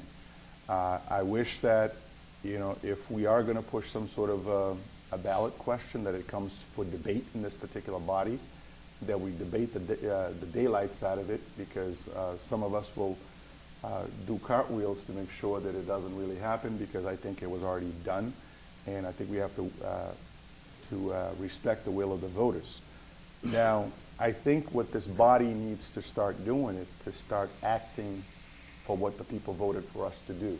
And it is to basically put in the regulations that we need to put in the limitations that we need to put in to make sure that we have the best possible program in this state, that we're not being infringed upon by some of the other communities in the Commonwealth who will take advantage of this community. The Board of Health, Executive Director of Board of Health brought up the fact that some of these smaller communities, the Bridgewaters, you know, Avon, the Easton, and some of the other communities have voted either not to allow or putting it on their ballot. But we're also forgetting that we are the only city in this county. And we are 100,000 plus people in this community, and we need to start acting like it. I don't think that we have to sit here and wait for Whitman to decide on something before we decide on something. I think there's a lot of good men and women sitting in this city, sitting in positions of power and positions of decision making in this community, and we ought to stand up and basically, if we need to send it to whatever committee we need to send it to, start working on the regulations to make sure that we run it and run it well. But this whole thing about, you know, running away from it, it's not going to go away. There's some communities out there that are embracing this. In doing some research, to borrow the words of my colleague from at large as well, doing some research, you know, you look at what some of the things that Boulder is doing, for instance, in Colorado, you know, the resources that marijuana is bringing into the community. We're sitting here looking at a school system that is going to be millions of dollars in the hole. If we have the ability to augment our budget, I think we owe it to the taxpayers in this community, and we owe it to the 51% of the people that voted for this thing here to do whatever we can to make sure that this program is put into play and put in the right way. I think that's the most important thing. We can sit here and try to figure out which way to duck this. It's not going to go away. We're already selling marijuana for medical purposes. Other communities are going to be doing for that, doing it for recreational purposes. But I also don't want to run into a situation where our community becomes the catch-all for everybody with all the ancillary issues that will come along with the drugs, but at the same time not getting the resources that should come with it. You know, if we're going to get the problems, and we will get the problems that are associated with drugs, I also want us to capture the resources that come along with it. So I just hope that our colleagues that are sitting here as well will look into this and say, you know what, let's look at this as an opportunity to do what we can for the taxpayers of this community and not run away from our obligations. You know, we were put in here for a particular purpose, and I think we owe it to the taxpayer of this community. Thank you, Mr. Points well taken, Councilor. Points well taken. Councilor Sullivan. Thank you, Mr. Chairman. First of all, I want to thank Councilor Farwell for bringing this forward. Long overdue one, so thank you. I want to thank the four speakers, Attorney Resnick, Attorney Nezzarella, and Mr. Tattaglia, and the superintendent as well. I just, for those that are relatively new on the council, I just want to remind you that the ordinance committee has to work diligently on this. And just several years ago, it was Councilor Stadinsky, myself, Councilor Ianieri, Councilor Dubois, and Councilor Brophy at that time. And it took us a year to vet out where the overlay district should go. Originally, we was thinking about going up in the village, and then we came to Ward 3. You know, we had the insight from the police chief and the fire chief and Board of Health. I mean, there's a lot of factors that are going to go into effect to vet this out. So I just encourage you, you know, the 5 members that sit and I chair it, I encourage anybody and everybody that's at this table that, you know, we're all duly elected, we're all equals, so we need to work together collectively to figure out the best way to do this. Now, it is refreshing that Attorney Nezzarella is going to send a draft to Attorney Resnick. It's just a mere draft. I mean, we're the body that can control how it's going to be implemented, how it's going to be enacted, and ultimately how the law is going to go into effect. Now, I concur with Councilor Lally and Rodriguez. I mean, it passed overwhelmingly. But I will say, as a father, you know, I'm concerned. You know, I mean, I smell weed a lot more now in the city of Brockton than I ever did. And Bill Healy over there, Brockton PD, you know, they're going to be looking for people that are impaired driving. I mean, that's just a reality. So, you know, when the superintendent says she's cautious because parents are picking up kids and in essence they're high, that's a concern. These are factors that we as a legislative body have to take into effect when we figure out location and different stipulations and conditions attached thereto. So, you know, we really have to roll up our sleeves and get working on this. You know, it's here. It's not going away. But again, I just, you know, as chair of the ordinance, I just want to encourage everybody to work with us collectively. And let's get it right the first time, you know, because really it's the younger generation that's going to be impacted on it. So thank you, Mr. Chairman. Thank you, Councilor. Any other, Councilor Fowle, back to you. Just my final comments, and I certainly respect Councilor Lally and Councilor Rodriguez's remarks. Perhaps I missed something, but I thought our legislative council mentioned that when we voted to legalize marijuana, that was not to, shall we say, change the dynamics to a point where this city could literally be the focal point for sales in this area. So my suggestion that people be given a chance to vote was not to duck the issue. It was to represent to them that this is your city. It's your resources that are going to be used to make sure that we enforce whatever regulations there are, that we make sure people aren't driving impaired, that we make sure we have compliance checks so that young people under the age of 21 aren't purchasing products. It was in no way to try to get out from under our responsibilities as elected officials. I will tell you, I still am uncomfortable if the downtown area, which is subject to a downtown urban renewal plan, is going to become the focal point for sales, because there are traffic issues. There are ongoing businesses here that may feel somewhat uncomfortable if all of those establishments are concentrated in that area. So just to my colleagues, not trying to duck anything at all. And I don't think Whitman and the other communities that put it before their voters a second time were trying in any way to thwart the will of the people. I think those communities were saying, okay, folks, this issue is now front and center, and we want you to take another look at it after you've digested all of the new information that has come out, and you make a decision in what direction do you want your community to go. So I'm comfortable working with everyone here to make sure things are successful, but you know, involving the public. Let me say this. In May of 2013, the mayor said something that scared the hell out of me. He was talking about the power plant. And he said, well, I don't really need the city council. I'll fill the boards and commissions with my appointments. That's what worries me. That's what precipitated my thought process about letting the voters vote. Because if some of these proposed regulations go before boards and commissions, he's got the control of them. Whereas we're not controlled by him and the voters aren't controlled by him. So that's why I originally mentioned that, because I was concerned that people wouldn't get a fair shake. They might not be able to make a meeting, that there would be too much executive control over what was going on. So I always trust the voters. They put us here, and they take us out of here, and but in no way was I trying to duck our responsibility. I just want both of you to know that. Just remember, Council, your total control is to the location is right before you in an ordinance committee, so if it takes a year or 2 years, it takes a year or 2 years or 3 years, so we still have that control too. Well, yeah.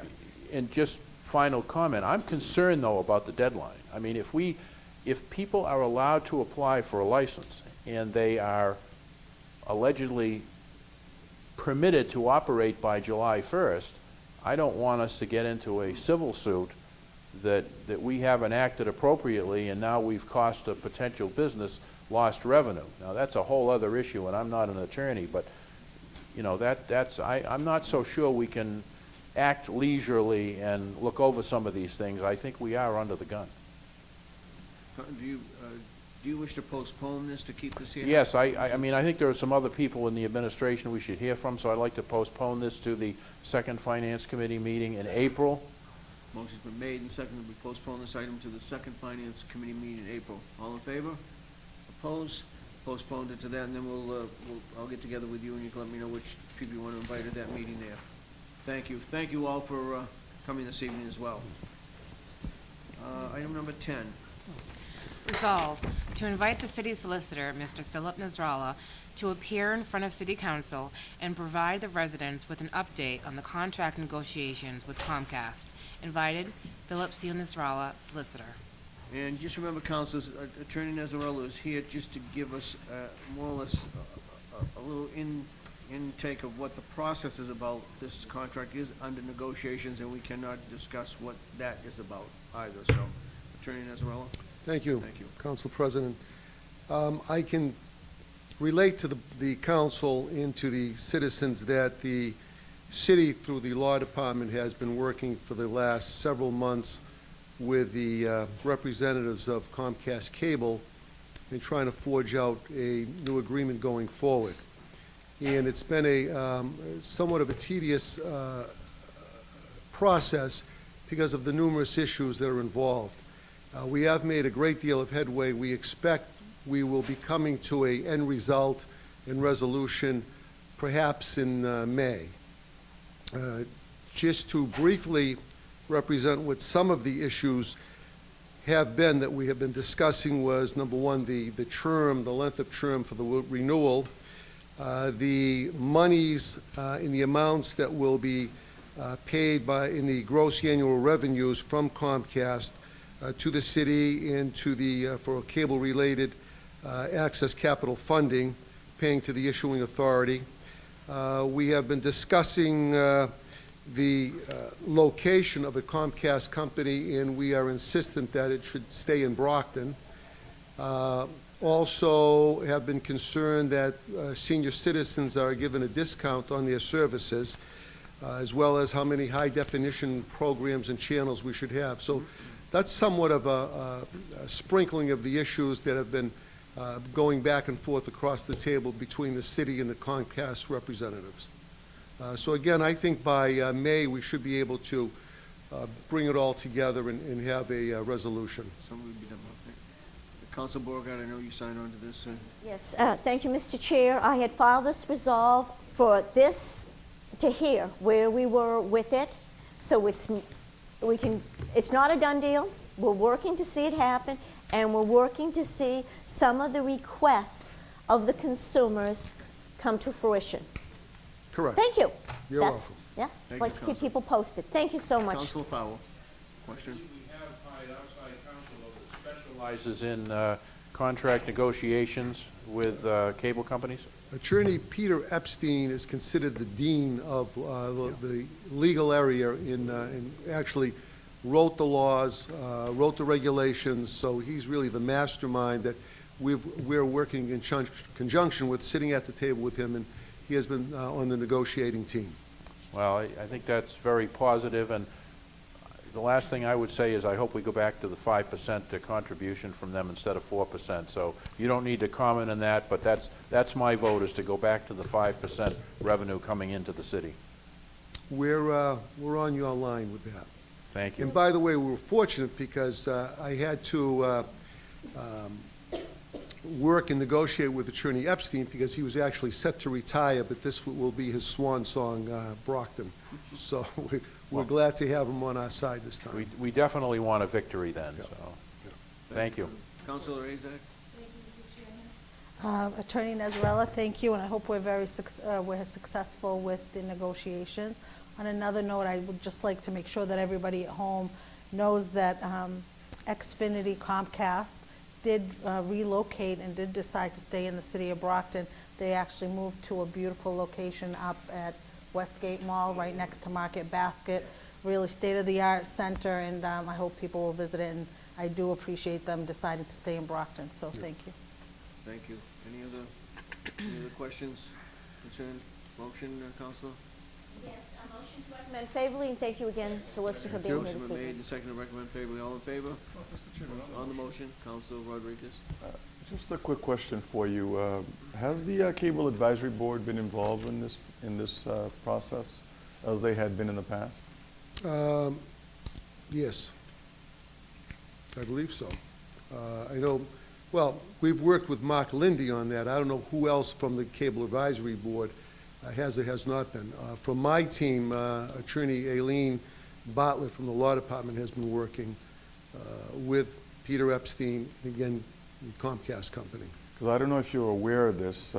10 years ago, I was very involved with this through the Harrington administration, as a matter of fact. Yeah, I'm aware of that. I think I chopped up that contract pretty well.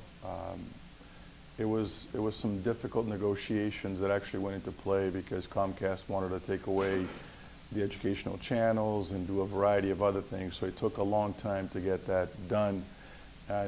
Although we were also looking for 5%, and they were willing to offer us, maybe 1 or 2% at the time. And I think we settled in what we settled in. And I thought at the time, based on what the previous contract had actually done, we did very well in terms of accomplishing what we wanted to do. But we also worked with the community in terms of getting an input from the not Brockton Community Cable Access Board, but the Cable Advisory Board for the city, which is a little different than the Brockton Community Cable Board. So that's why I'm asking you whether or not they had been involved, because from what I understand, that body hasn't met in quite some time. I think the last time they had met is when I was still within the Harrington administration several mayors ago. So that's why I was actually bringing that up, because Well, that's a we had valid some point. I community don't input. know if they have been physically present. I know that we have reached out by way of notification to as many resources as possible to get as much constructive input as what people out there would like, so we can put that on our laundry list as part of the negotiation. Whether or not Cable Advisory Board has been participating in that, I am unsure, but we certainly have our arms wide open to all those who have something to offer us in our negotiation as, again, for what they would like on the laundry list of things to accomplish. And the reason why I'm bringing this up is because when I was within that administration, one of the functions of the Cable Advisory Board was to work with the city to get the contract put into play. Mhm. And that's why I think as a requirement of that particular board, one of their function is, their major function is that particular thing. So that's why I was basically kind of concerned that body has Well, I'll not- make it a point. We have another upcoming session. I will see that they are, I will check with Attorney Bartlett tomorrow. If they have not been participating, I will see that we reach out to them to see if they have anything they would like to bring to the table and assist with. Yeah, because I think you need to check on that only because that's their function. You know, their function is to negotiate, to help the city negotiate on behalf of the taxpayers and the ratepayers in the city to make sure that they stay involved. And I remember when I was there, we got that group very much Mhm. involved to help us in this process.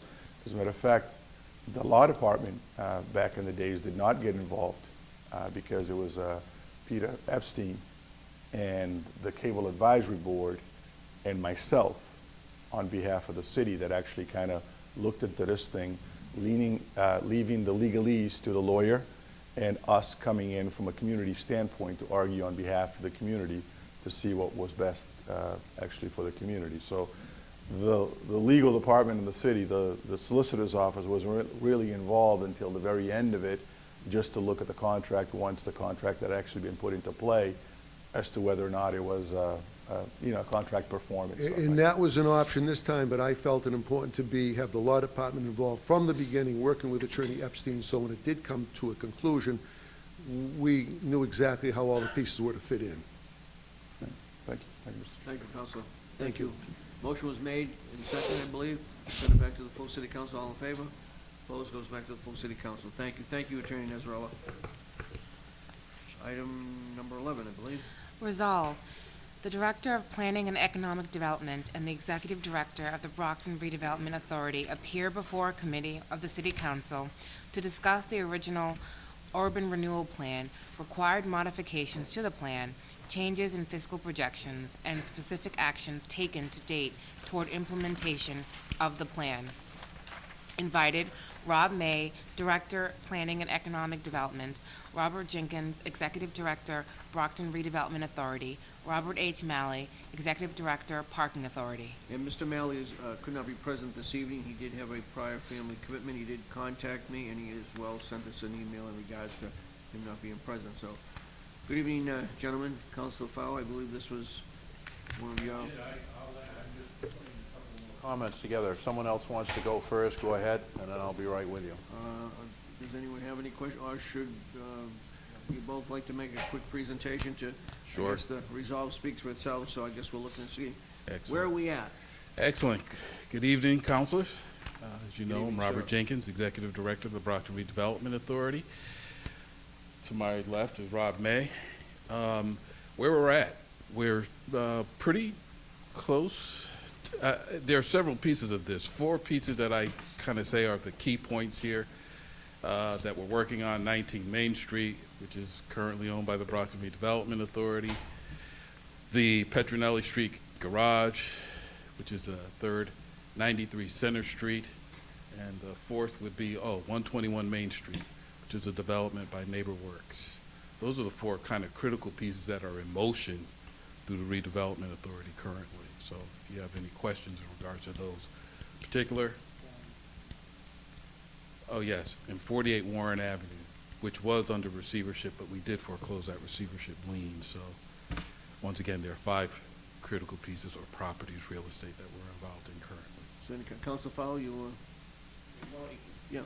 The reason for this resolve is that the original downtown urban revitalization plan was broken into segments. FY17, FY18, FY19, FY20. And it would appear that through circumstances we're a couple of years behind where we thought we would be. We don't have a temporary parking lot yet. The furniture building at 93 Center Street, we had this tremendous press conference there and pictures taken and everything else, and apparently the I's were not dotted and the T's weren't crossed because that fell through, and I don't know all of the reasons for that, but it would seem to me before we go to that extent, we ought to have our, we ought to have solidified whether that project is in fact going to go forward or it isn't. The Kresge building is going to go to a nonprofit. The First Parish building, I believe that's the old Robinsons. We have structural problems with that, and we have, as I understand it, no interest in it. I wouldn't say at that this point? just yet. At this point, there's minimal interest in it. Minimal interest, okay. 48 Warren Avenue, we were going to acquire that, and I guess we're in process? Yes. Okay. Working with Wells 95 Montello Street is the Dunkin' Donuts, if I'm not mistaken. I don't think it No? is. The convenience store. The convenience store. Okay, now, that, I believe, was listed for possible acquisition by eminent domain or purchase. Let me stand corrected because I know everybody's interested in eminent domain. That's just a process in which the redevelopment authority can possibly use. And I know there was, like you said, the press or a conference at 93 Center Street. Once again, that probably is the only property that the board has entertained any type of eminent domain process. Okay, and I beg your pardon, I stand corrected. On page 82 of the original urban revitalization plan, 95 Montello Street was scheduled for demolition with a projected cost of $8,586. This was in phase 1, 2016, 2017. 66 Montello Street, slated for demolition, $10,434. 46 Montello Street, $12,588 for demolition. 8 Montello Street, and I have no idea what that building is, slated for demolition, $4,560. So, when I go back and look at this plan, I'm not casting aspersions on either of you, but people are thirsty for progress downtown. And yes, it's nice to have the new Center Street, and it certainly is going to be nice to have the new parking garage. But that original plan that we approved is so far out of whack in terms of projected finances and timetable that I do think we are reasonably a couple of years behind getting things in place. So unless you've sent notices to these people saying, we are going to demolish your building, or, and I don't know that. Let's just say this. In any plan, everything is fluid. It is a plan. That's all it is. There are a lot of circumstances that have, time-wise, that have put it out of whack. I probably agree with that, because we're behind on a couple of projects, including the 4 or 5 that I mentioned. But I wouldn't say it is just a plan, and those are, as we approved, as you approved, the state approved. I think we all understood this is a plan. We didn't get to this position overnight. And quite honestly, we got to this position because we didn't have a plan, if you want to be frank. We didn't have a plan. Well, now we have a plan. It is fluid. It's one that is going to call for some modifications, maybe. At this point, I would say no. To answer your question, because I looked at the resolve and you're looking for modifications, at this point there are no modifications. We're focusing on those 5 properties I identified. Those are the ones we're looking at this point in time. The other ones that you mentioned for demolition and the amounts you mentioned, I'm not sure if everybody's been keeping up with the market, but the market is kind of good, not just in Brockton, but in all of southeastern Massachusetts. Those demolition prices, and I'll let Rob answer those, because we came up with those prices based on 2015, 16. We're now in 18, heading into 19. Those numbers are going to change.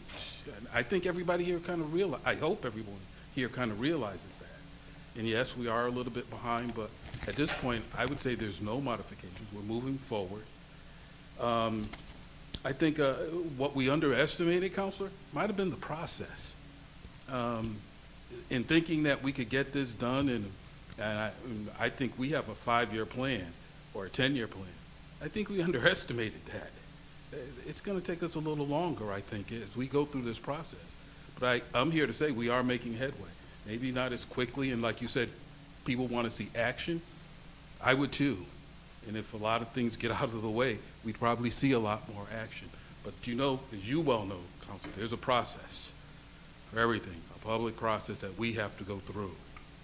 Well, and this really isn't directed to you because you took over the plan that was actually designed by Mr. May and his advisory group and the consultant. But I presume we paid a consultant a pretty good fee to put this plan together. Sure, and the Redevelopment Authority participated in I would have, as well.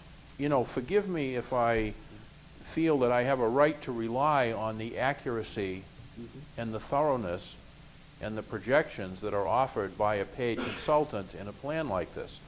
If these demolition costs were 2015, I would have thought that the way to go would be to maybe factor in an inflation figure so that we'd know where we stand. I mean, I don't think that's an unreasonable thing to assume if you have a paid consultant. I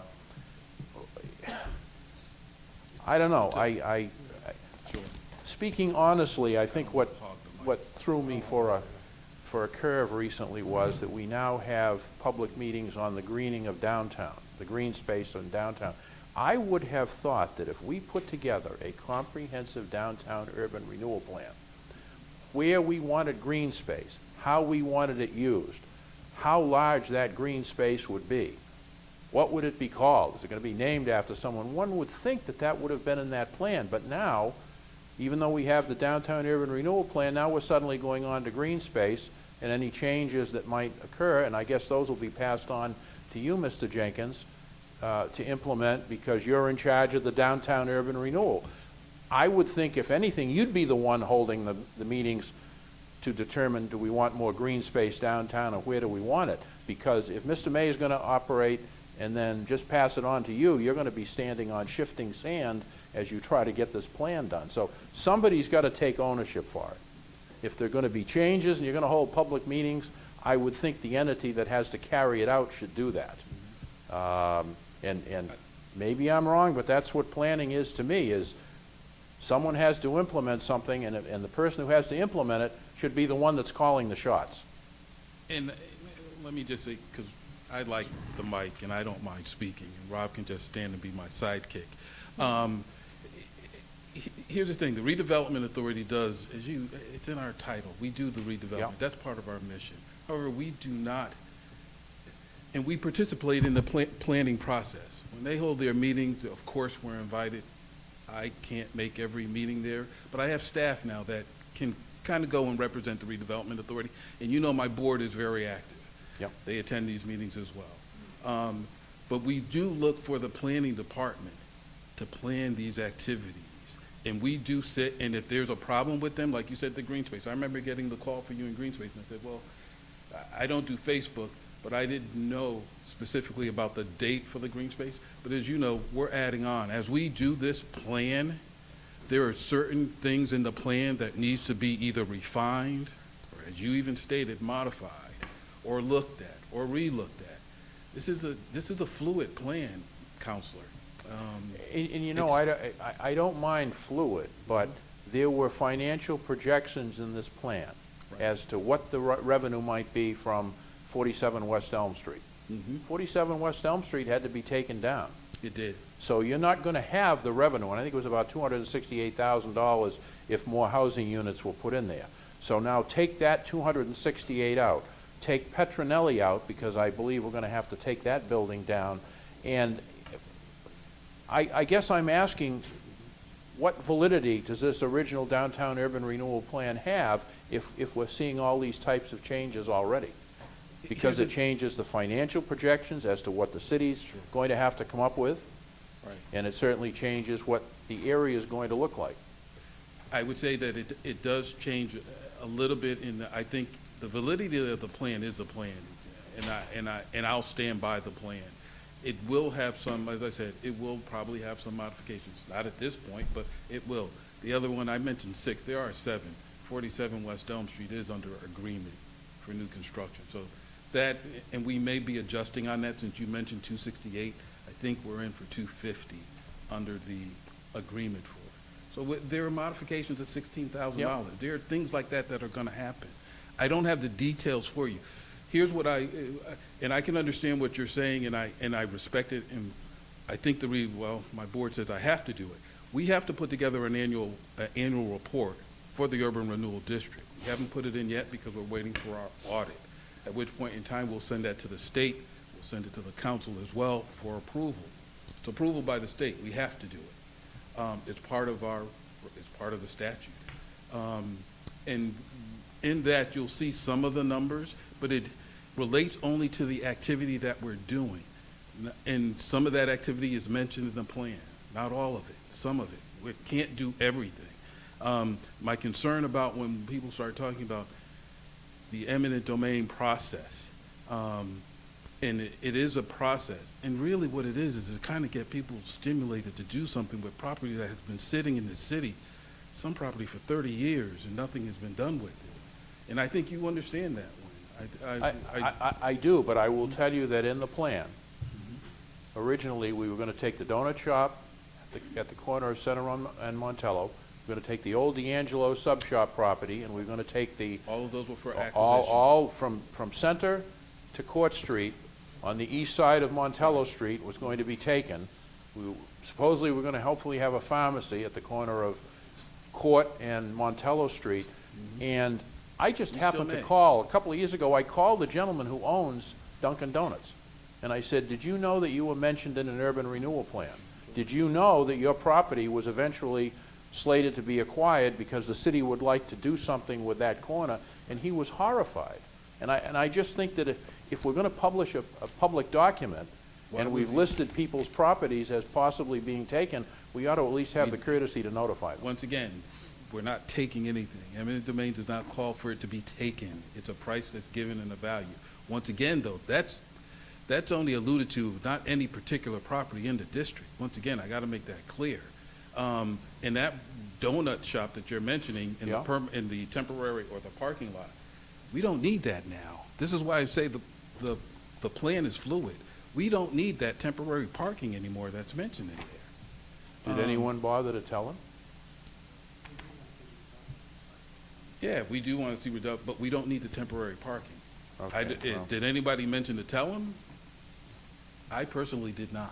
No, I really think this is back in planning, because this was when they were going through this report with the consultant. Right.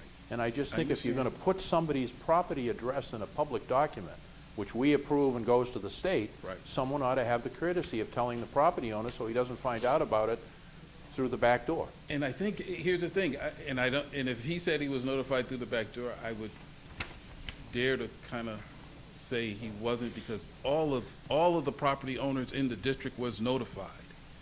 Everyone was notified there is a plan. We've had several meetings where people came to the meeting and said, hey, I didn't get the notice. Well, you got the mail. I can't help it if you didn't read it.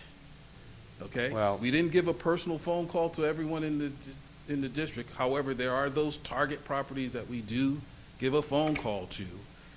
It's particularly those 6 that I mentioned. They have been contacted, and they know what we're looking for. Council Fariolo. I'm all set. Thank you. Councilor Cruz. Thank you. Thank you for bringing this forward. And I would only have really 2 comments. The old adage that the wheels of progress are very slow. Move slowly. Justice too. What I would prefer in the future, and I think 47 West Elm Street, I was very frustrated when we sat in council meetings discussing taking that down, and people were using numbers out of that plan that I felt were not accurate numbers to begin with. I would just think, and I think this is a little bit more to Mr. May, because you're really the first step, and you're the second step. I teach my sales team that works for me, under promise and over deliver. Those numbers, 2015 numbers, those should always be padded so much that, because they're not gonna happen in 6 months or 8 months. And I think sometimes when we're putting a plan together for something, we want so much to have it feel good to the public that we promise a little too much. And I think we need to be, in the future, way more accurate and build in numbers that are much more. I'd rather find out that we said that one of those buildings was gonna come down for $25,000 and that we were able to take it down for $12,000 than vice versa, because every time that happens, two things. One is it eats up dollars that we don't have. More importantly, it eats up credibility that we don't have, and that's the problem. The 47 West Elm Street, I knew when that was in there that that building was gonna have to come down soon. I knew that. And that should have been really how that was brought to into that plan.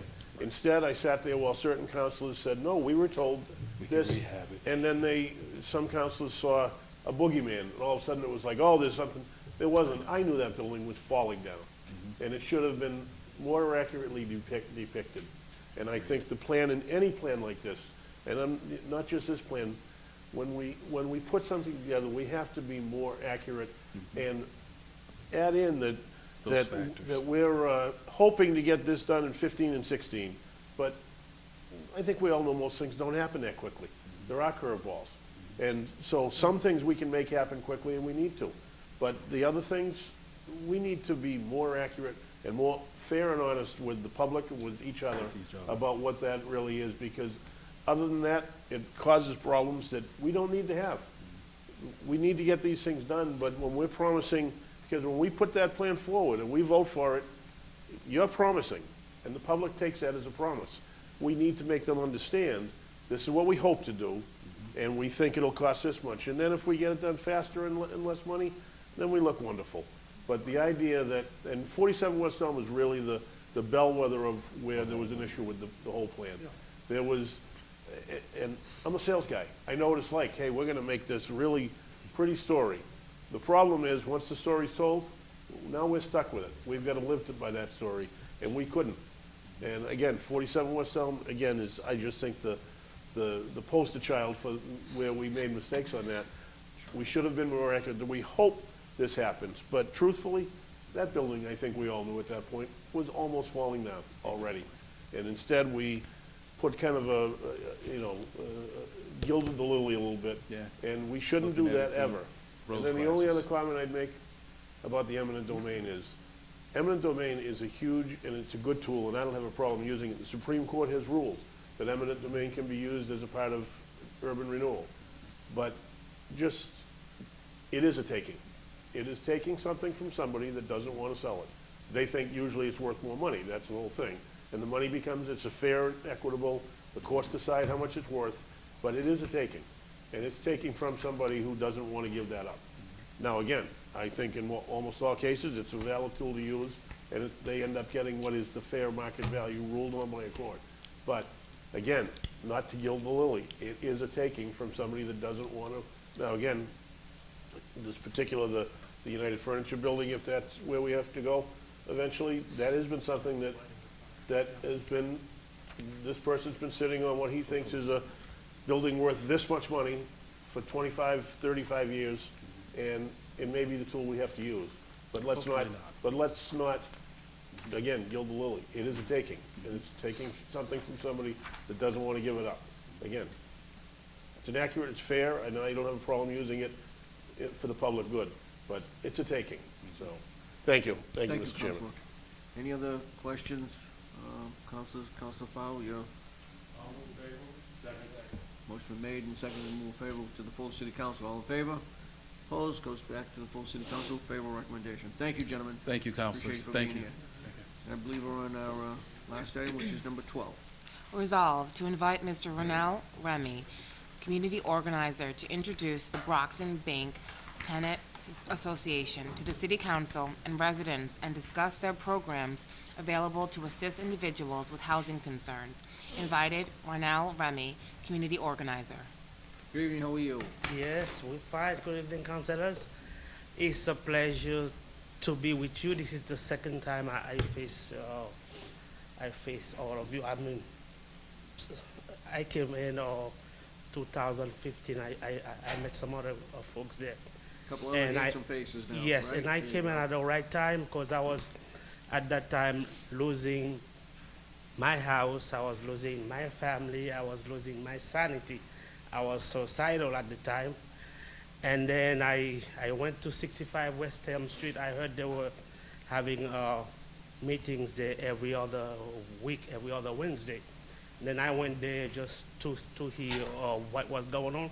Then I found out a bunch of folks in there that they were facing eviction. They were foreclosing their homes the same way I was at the time. So I got some help there due to the urgency of the council who passed a home rule petition at the time.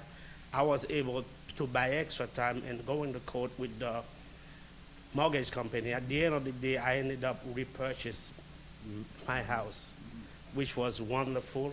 The family stayed together. We're happy. Actually, we're smiling a lot more now. So because of all that, I do this as work because I didn't want somebody else to go through what I went through. And then I've seen many, many families I know, they just move out of the city. They're saying they can't afford the city anymore. The city is too expensive.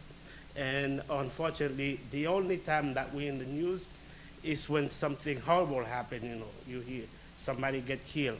And I have enough of that. This is the greatest city in the world. And I say that I'm very proud of this city. I'm always able to tell folks, I'm from Brockton, Massachusetts, the city of Rocky Marciano, the city of Marvin Hagler. We are champions. Champions get knocked down, but they get back up. But how do I tell those folks who are members of my organization, you know, they losing homes, investors come and buy their homes for penny on the dollars, you know. And instead of negotiating with these folks, evicting them. I have a good case there of somebody, her name is Christine. We had a rally by a house almost a month and a half ago. A lot of folks come and supported her. But her house was purchased for a quarter of what it's worth. And then not only that, the investor a week after was able to sell it for $1 to another investor. And then we found out both of their names were on the deed. And then apparently, not only they sold the home for less that is worth, but they were able to get a loan on the house for $100,000 less than a month after they bought a home. So now she's saying, at 65, do I have to start again? I can't do it. So, and this is just one case, and I mean many, many folks like this. We're trying to get them to stay in the city, but they have no defense. My company, City Life, we used to have meeting here every other Wednesday, but now, last week, we canceled all that. Basically, we're trying to meet with folks every month now, because City Life cannot afford it. You see, I come from JP with everything I need, all the cases. This week, for the past 3 weeks, you know, on average a week now, I have a dozen property, you know. Either they're gonna auction them or they get foreclosed on. This is the past 3 weeks alone. And it's been that way. In the height of the foreclosure, Brockton led the state in eviction and all that stuff. We do lead, but for all the wrong reasons. So we're trying to fix that, but we're looking toward the city council to help us educate our people, or to help them when they go on the court. We had lawyers working with us, the folks for the South Coastal Legal Services. Now they told us they cannot represent everybody. Basically, unless you're making $20,000 a year, they cannot afford it. They cannot help you. And those are folks that basically have no more credit because of foreclosure. They can't afford to move. They can't stay and they can't move. So basically, I'm looking for whatever you can do to help us help them. We want to stay in this city, but we just don't have the resources. Okay, Very good. Councilor Azak, did you have a question? Mr. Chairman, Go right ahead. how does somebody get in touch with your organization? How do they find you? Actually, I still meet at the church, 65 West Elm Street. I have flyers here on what we do, and we work for free. We don't charge folks anything. And we've been doing this in this city since 2012. And if that wasn't for this company, I think I would have been gone way, a long time ago. So what church is it on? The church is the Central Methodist Church. Central United Methodist Church, yeah. 65 West Elm Street. But I do have my phone number here, my yes. office number. If you can give that so people at home can hear, Yes. that way they can get in The touch. phone number, my cell phone is 781-888-3604. My name is Ronel Remy, and I live here. I love this city. I'm a Brocktonian. And then my office is 617-524-3541. 524-3541, and the extension is 315. 315 is me. You can call me anytime. I will be happy to meet with folks to let them know what they can do, because a lot of things involving foreclosure, there is fear, there is shame. Folks don't want their neighbors to know what they're going through, and their neighbors don't want them to know what they're going through. So either way, we hang together. Obviously, we get hanged, and I feel that's what those folks are going through. That's how our folks are going through. We're looking for help. So have you reached out to anybody in the city? There was Robert Jenkins, who's part of the redevelopment authority. Yeah. Have you spoken to him? Have No. you spoken to NeighborWorks, who's a wonderful organization that works with a lot of, that they get funding and We're grants? very much involved with NeighborWorks. NeighborWorks.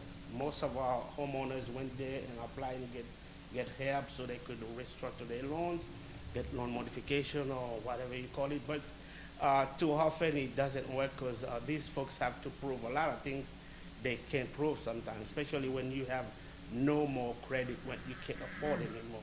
So it's kind of tough. So like I said, in 2015, this party here had that home rule petition, and that helped me a lot. And I want all the families to have what mine had on that time. And then up to this day, Boston is trying to pass a law like that. They can't do it. I don't know why, but we did. And then the next year, somehow the court said it was unlawful. But it was, in my case, I have my house, I have my family, I have my sanity and my life still. But for others, I wish they could have that help also. Well, very good. Well, thank you for the information. If anybody at home is listening and knows a way to help, and I know if I can think of anything else, I'll reach out to you. But it's not easy, and I know Brockton leads the way in foreclosures, and we want to change those numbers. So thank you very much. Thank you, Mr. Chairman.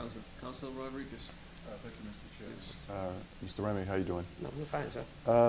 You said something, I hope I didn't misunderstand what you said in terms of you were doing this once a week, but now you're only doing it once a month because you can't afford it? Yes, I was doing it twice a month, like every other week.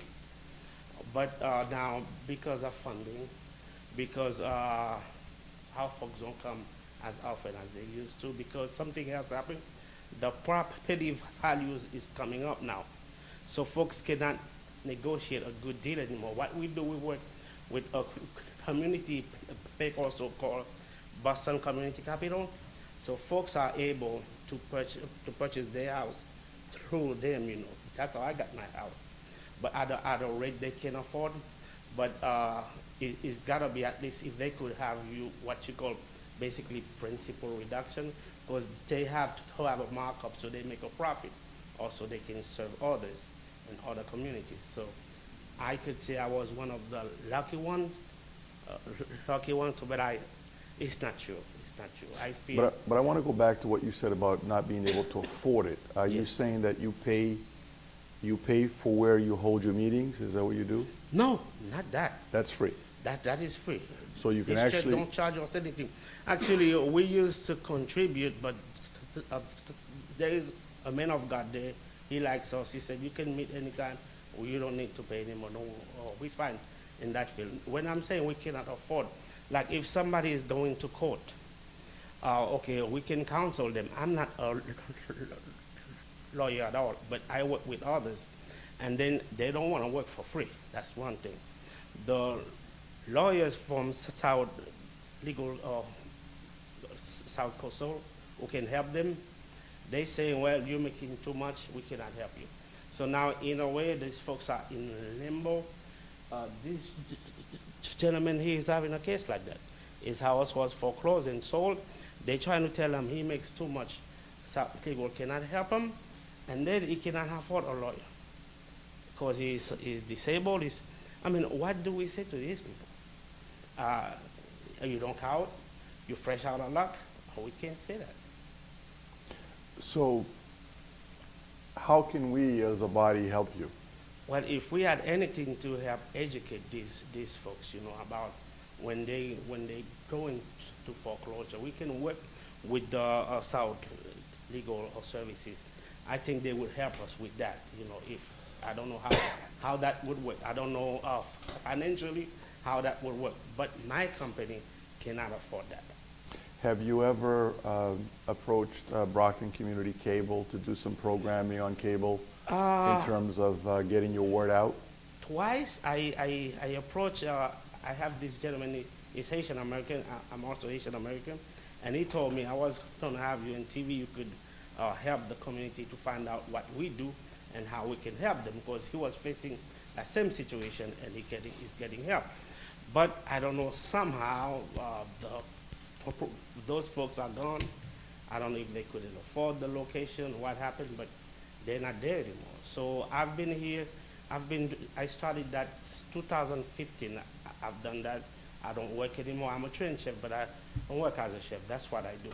Because I love this city. I love to know I am making a difference. I love when I work on Main Street, I see folks I know. As a matter of fact, after we do those things, whatever food I have left, I go around.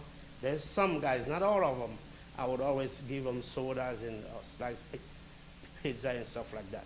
In a small way, that is my contribution to my community, because Brockton has been good to me.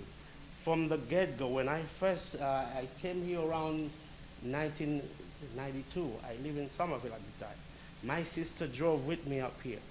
The first time I came here, I said, oh my God, this place has value. This place has its own beat, a beat that says you're welcome. And 23 years after I moved up here, I still love this city the same way. So it hurts me when I see folks, you know, on Main Street having a tough time. It hurts me, personally. But the reason why I said cable is because the gentleman right behind the camera there works for Brockton Community Access, and he could be a contact for you. We have 23,000 cable subscribers here in the city, and there's 23,000 homes you can get your message into. That's very nice. Sometimes we spend way too much time hoping for the newspaper to do something for us, and yet we've got a valuable resource in the community that we do not take advantage of. And I just pointed to you to him, so you can get in touch with him, and he'll get you in touch with the right people, and we can get your program on television, and these programs will actually hit the homes and be able to directly share your message with the people in the community. And there's no better way to do it than through television. Yeah, I agree with that. All right, thank you very much for what I what you could do. say another thing about that is that because they closed this chapter, they're asking me now to go to Malden and Everett. Other communities can use those services. My company, what they do, they work to expose what's going on. They work where folks have limited resources to help them. But now I live here. I love to be here, to stay here. But if they ship me somewhere else, I have to go, you know, unless there's something in the city for me. Not only folks don't come too often anymore, I don't want to say they abandon the city, but I feel there's so much we can do with the churches and all this. I'm involved with BIC. there's a lot of other things. But I'm glad you gave me this gentleman contact. I will contact you. I would love to sit with anybody that would help this city, because I am not the mayor of the city, but in my heart, Not yet. I carry the city with me everywhere I go, so I can't say enough about it. Okay, we got two other councilors. Councilor Darrencourt.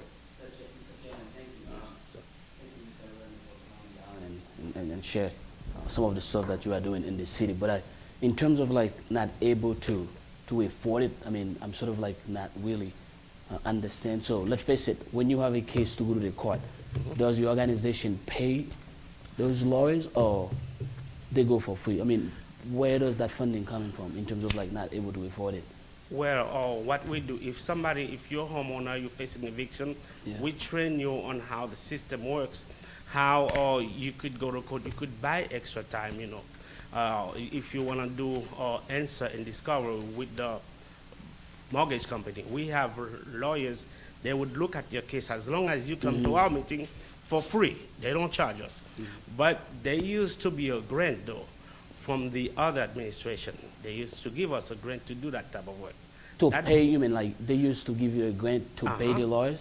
Well, the To do what? lawyers share it Okay. or with our company. But now that grant is gone since December of 2016, I guess. It's gone. So now we are now on. I come here a lot of times. I'm basically, I come here as a volunteer. Not only because I love the city, but it's because I live here. So I do it. I know the cases. I know how to help folks still win if they want to stay in the city, but it doesn't work as well as it did before. I mean, you claim that in order for South Coastal Legal Services, which I'm familiar pretty well with in terms of like what they do, in order for them to help someone, you have to make at least $20,000. But let's say that somebody's about to lose their house. It means that they don't have any money, correct? So if you don't have any money, so does South Coastal Legal Services make the decision based on your income or based on your bank account? I would assume this is something that they would have asked. Actually, I hope you guys could discuss that with them. No, I'm just asking. I'm just asking you. What we learn from them, there is an income param that once you cross it, they cannot work with you. From the last thing I heard, it was around $20,000. If you make over that, they cannot help you. Okay. I may not be right on that, but it's close enough. Yeah.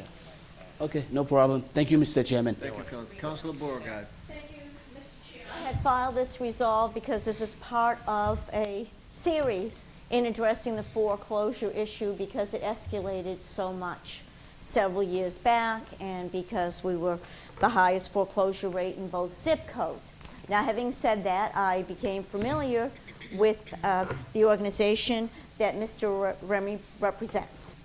We also had, a month and a half ago, colleagues from Brockton Redevelopment Authority, Joel Hirschman, the gentleman that was handling foreclosure situations, who had just, how would I say, his grant had ended.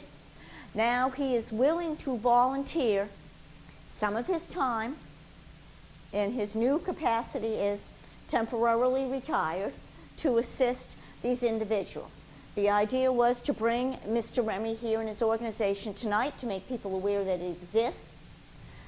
That was one aspect of it. The other aspect is we are currently working, and I've mentioned this before, Representative Cassidy and Senator Brady, and also the Registrar of Deeds, John Buckley, and naturally we had included NeighborWorks, to begin to address this issue. Now, to follow up on this, yes, the grant was coming from the Attorney General's office for South Coastal to pay the attorneys so much through South Coastal, and that grant ended recently, just as Joel Hirschman's had.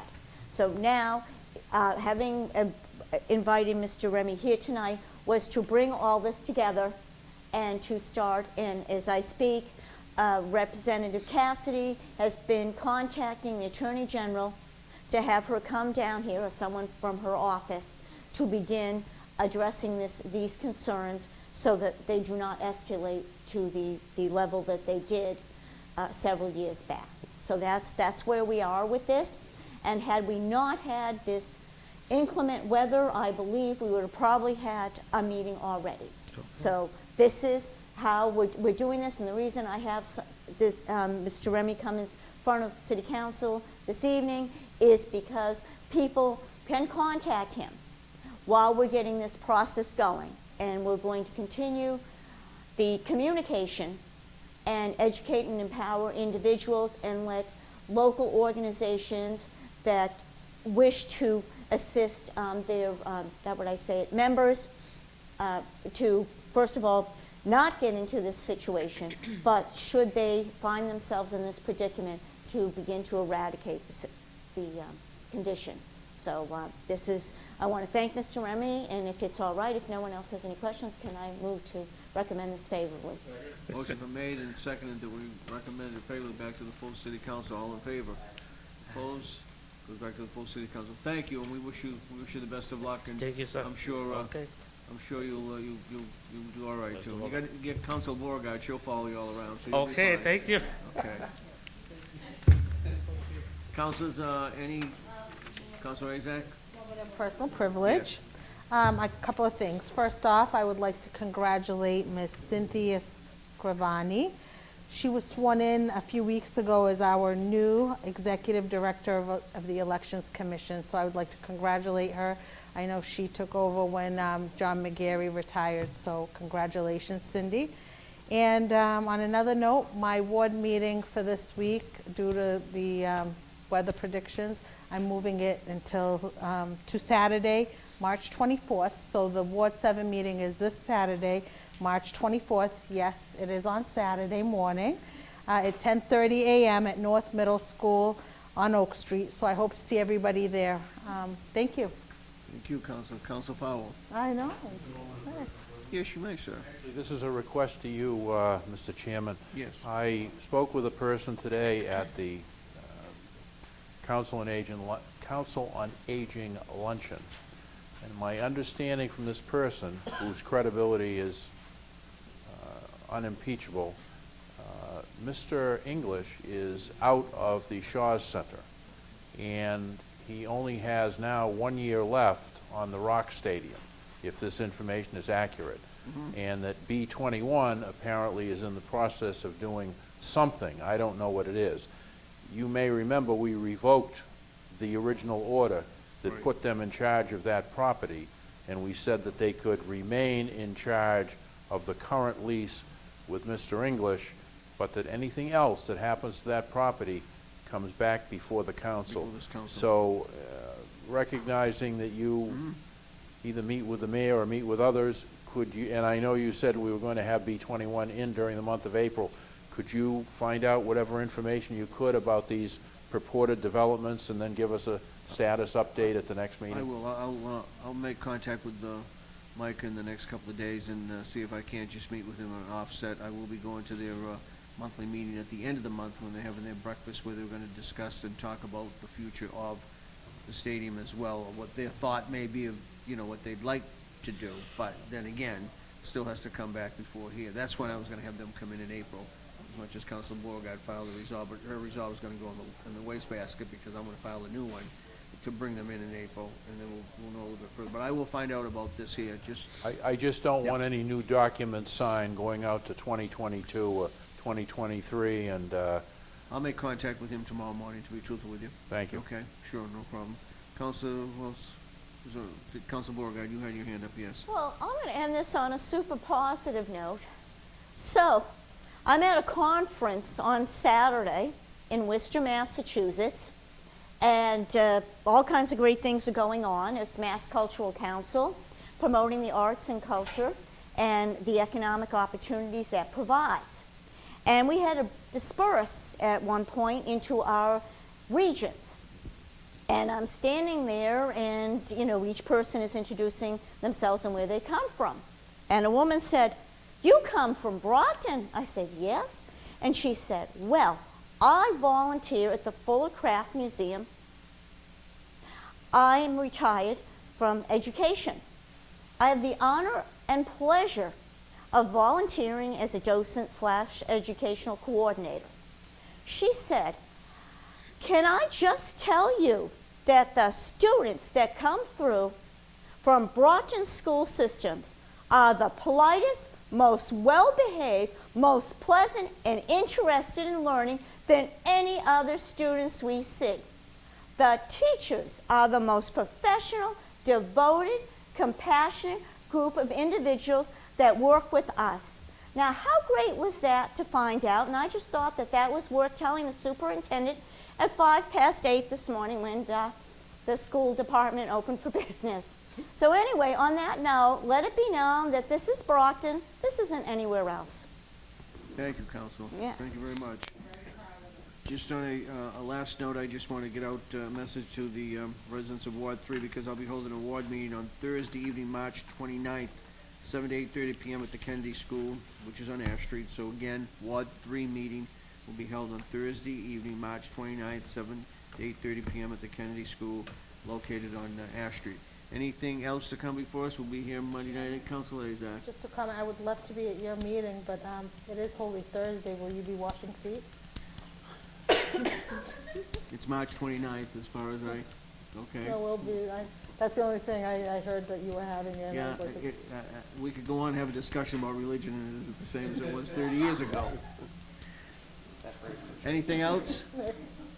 Seeing none, meeting adjourned.